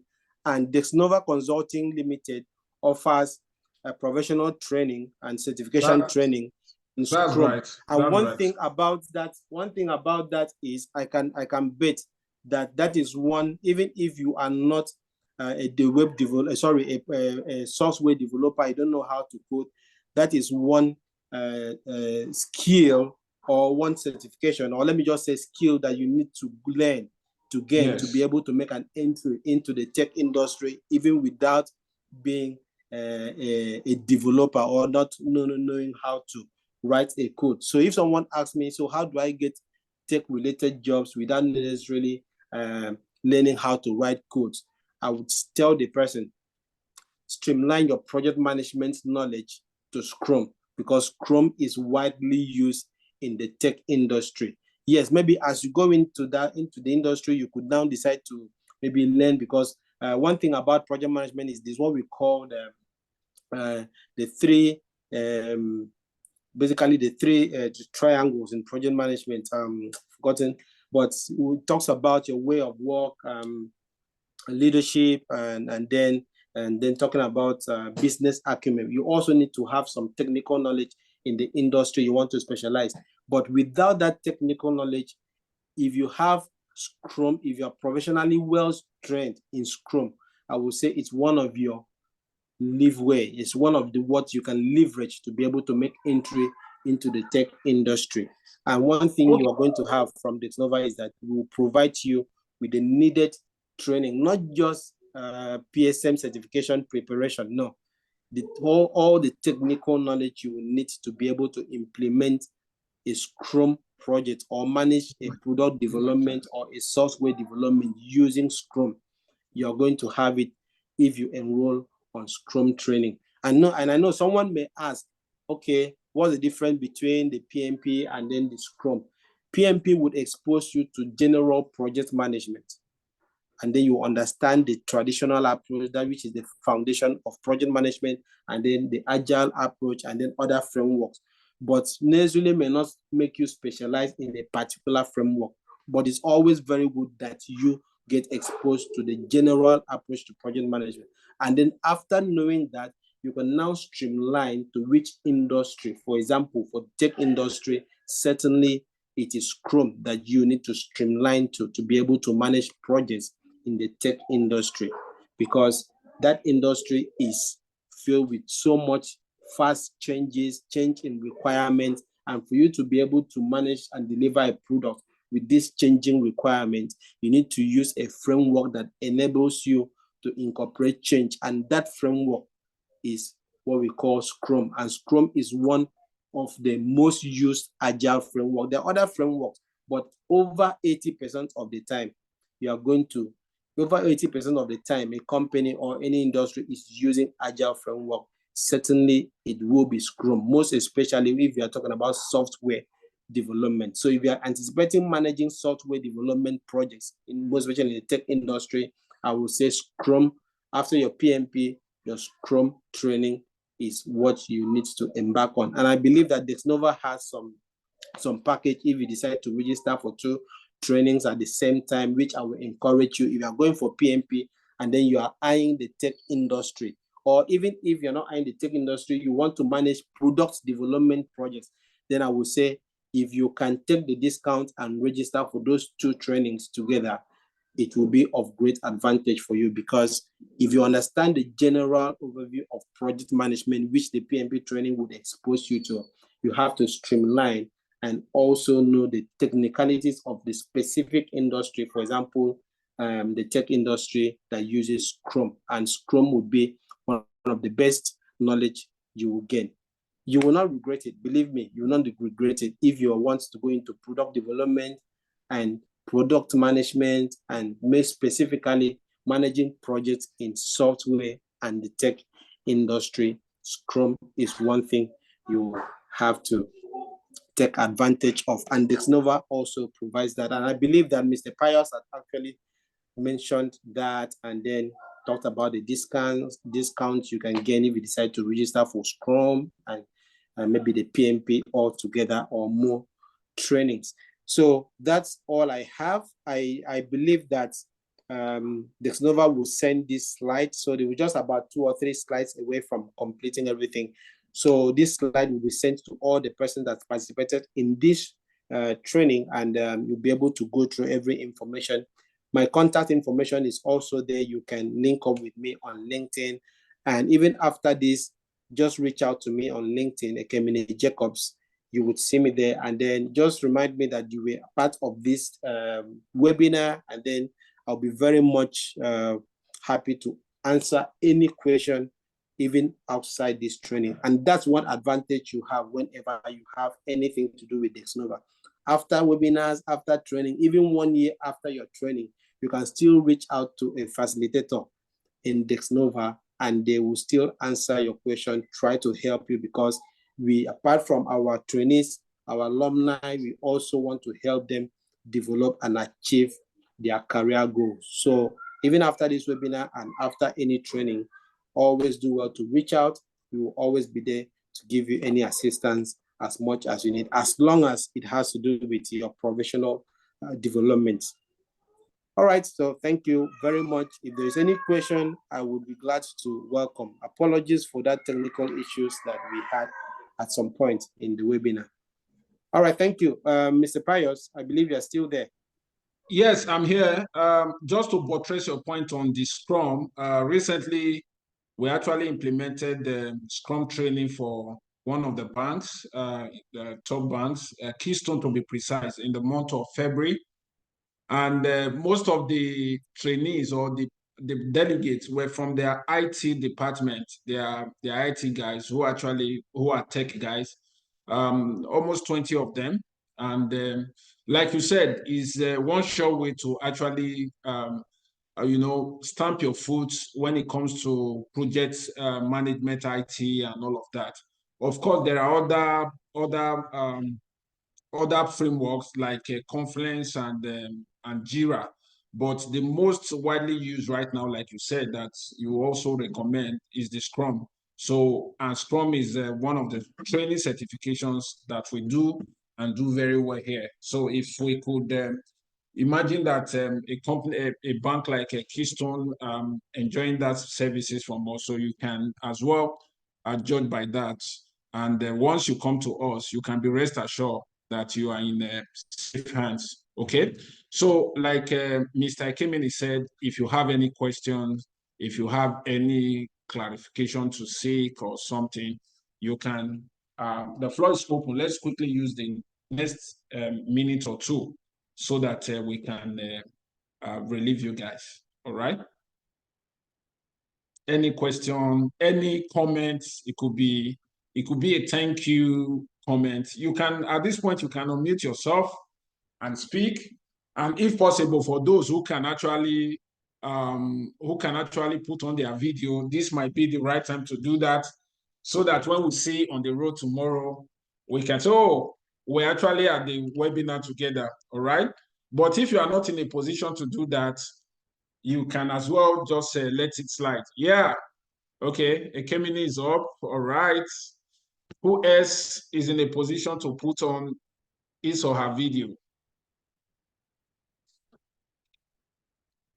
Who else? Anyway, whether you put your, okay, I can see Linda. Linda, yeah, I like that smile.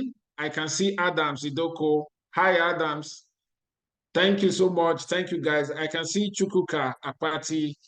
Thank you so much for your time. Thank you, Barbara. Thank you, Joseph. We truly appreciate you guys. And we look forward to actually sharing knowledge, sharing resources. And also, we'll be glad to see you make career progress. Imagine having a PMP certification, what it will do to your career. All right. So at this point, maybe just one of you, maybe you might want to do the honors. Linda, do you want to take the baton? They say what a man can do, a woman can do even much better. Maybe just a comment on how this webinar has been, what you have learned. Maybe we have a male and a female. Maybe Adams and Linda can quickly do that before we disembark. Over to you, Linda.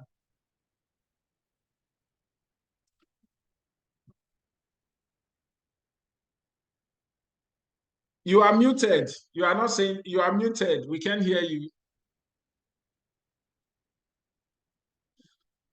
Okay. I'm sorry. Good afternoon. Okay. Thank you very much for having me come in here to listen on. It's not something I get to hear on a daily basis. It's not everyone that gets to explain and giving in-depth analysis of what the courses are all about.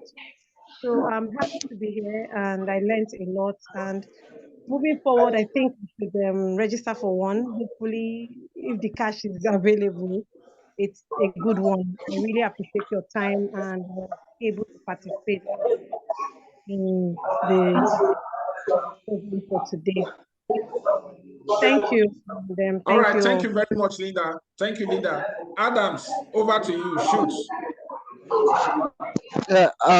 Thank you for the opportunity given me to give a vote of thanks. I appreciate Dexnova for the wonderful work you are doing. It's amazing. Trying to impact knowledge. Knowledge is power. Impacting knowledge on the vast majority of Nigerians to take up careers in project management. It's a great deal. We appreciate and we hope that all that have listened today and many others who have been attending the program will summon the courage to register and then take up these courses. Perhaps it may help them here or abroad, because as you rightly mentioned during the teaching, You said project management is an in-demand job, highly on demand here and everywhere, and even until 2030, it will be on demand. So I appreciate you for opening for this eye-opening section, and I hope that all that have participated will do something to maybe key into project management in the development sectors. We are highly needed. Thank you so much for the opportunity once more. We appreciate you. Thank you. Thank you very much, Adams. We truly appreciate you as well. One thing you must know, first of all, our goal for actually having this webinar is to share knowledge, to share information. Then any other thing that follows will be to actually see that at least you have taken the next step in your career pursuits, okay? So let me even take it further, because after this opportunity, you might not have the opportunity for a discount or promo. So if for example, you are thinking of, I may not be able to meet up with this current class that is starting this Saturday. I want to join the upper class. Okay, you can make a commitment. You can say, okay, let me quickly pay half of the fee just to secure my seat for the next class that will be coming up. I can give you that privilege. That just came to my mind. I can give you that privilege to do that. You can make half of the payment right now. Then before the commencement of the next class, you can actually pay the balance. All right. I think we have been very generous and magnanimous enough, to see that you actually take the next leap in your career aspiration.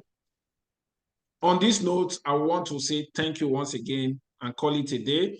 We have posted our social media handles before now. On LinkedIn, you can connect with us.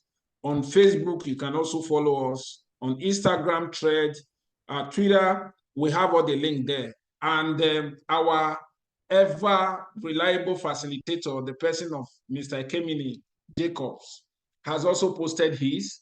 I want to appreciate you as always. Each time we have you here, it's always an honor. It's always a delight. When we think we have had the best of you in any of the classes, when you come back, is another level. I call you the encyclopedia of project management.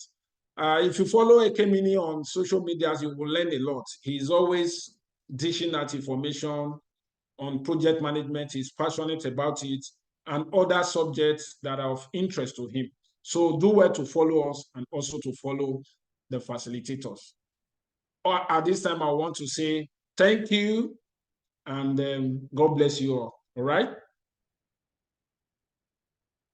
Thank you so much. God bless So you too. you can get in touch with us wherever and when possible. Thank you so much. Have a wonderful evening. God bless you. Bye. Bye. Thank you. All right. All right. Bye-bye. Bye, Mr. Kemini. Bye. Bye. Bye.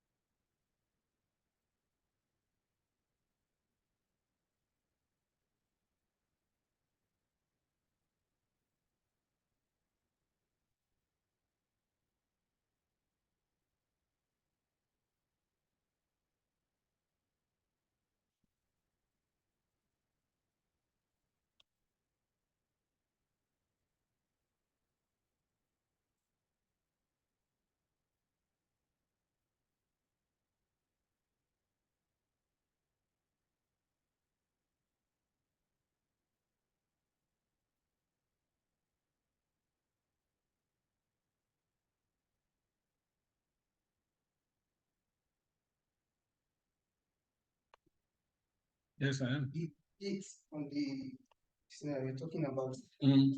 No, no, you see the one, the training date or the payment due date, okay, which was March 28th. Yes, which So I is was fast. thinking maybe to Share with them. yes. Do you know Why where the there is a way I did it the last time we had meeting.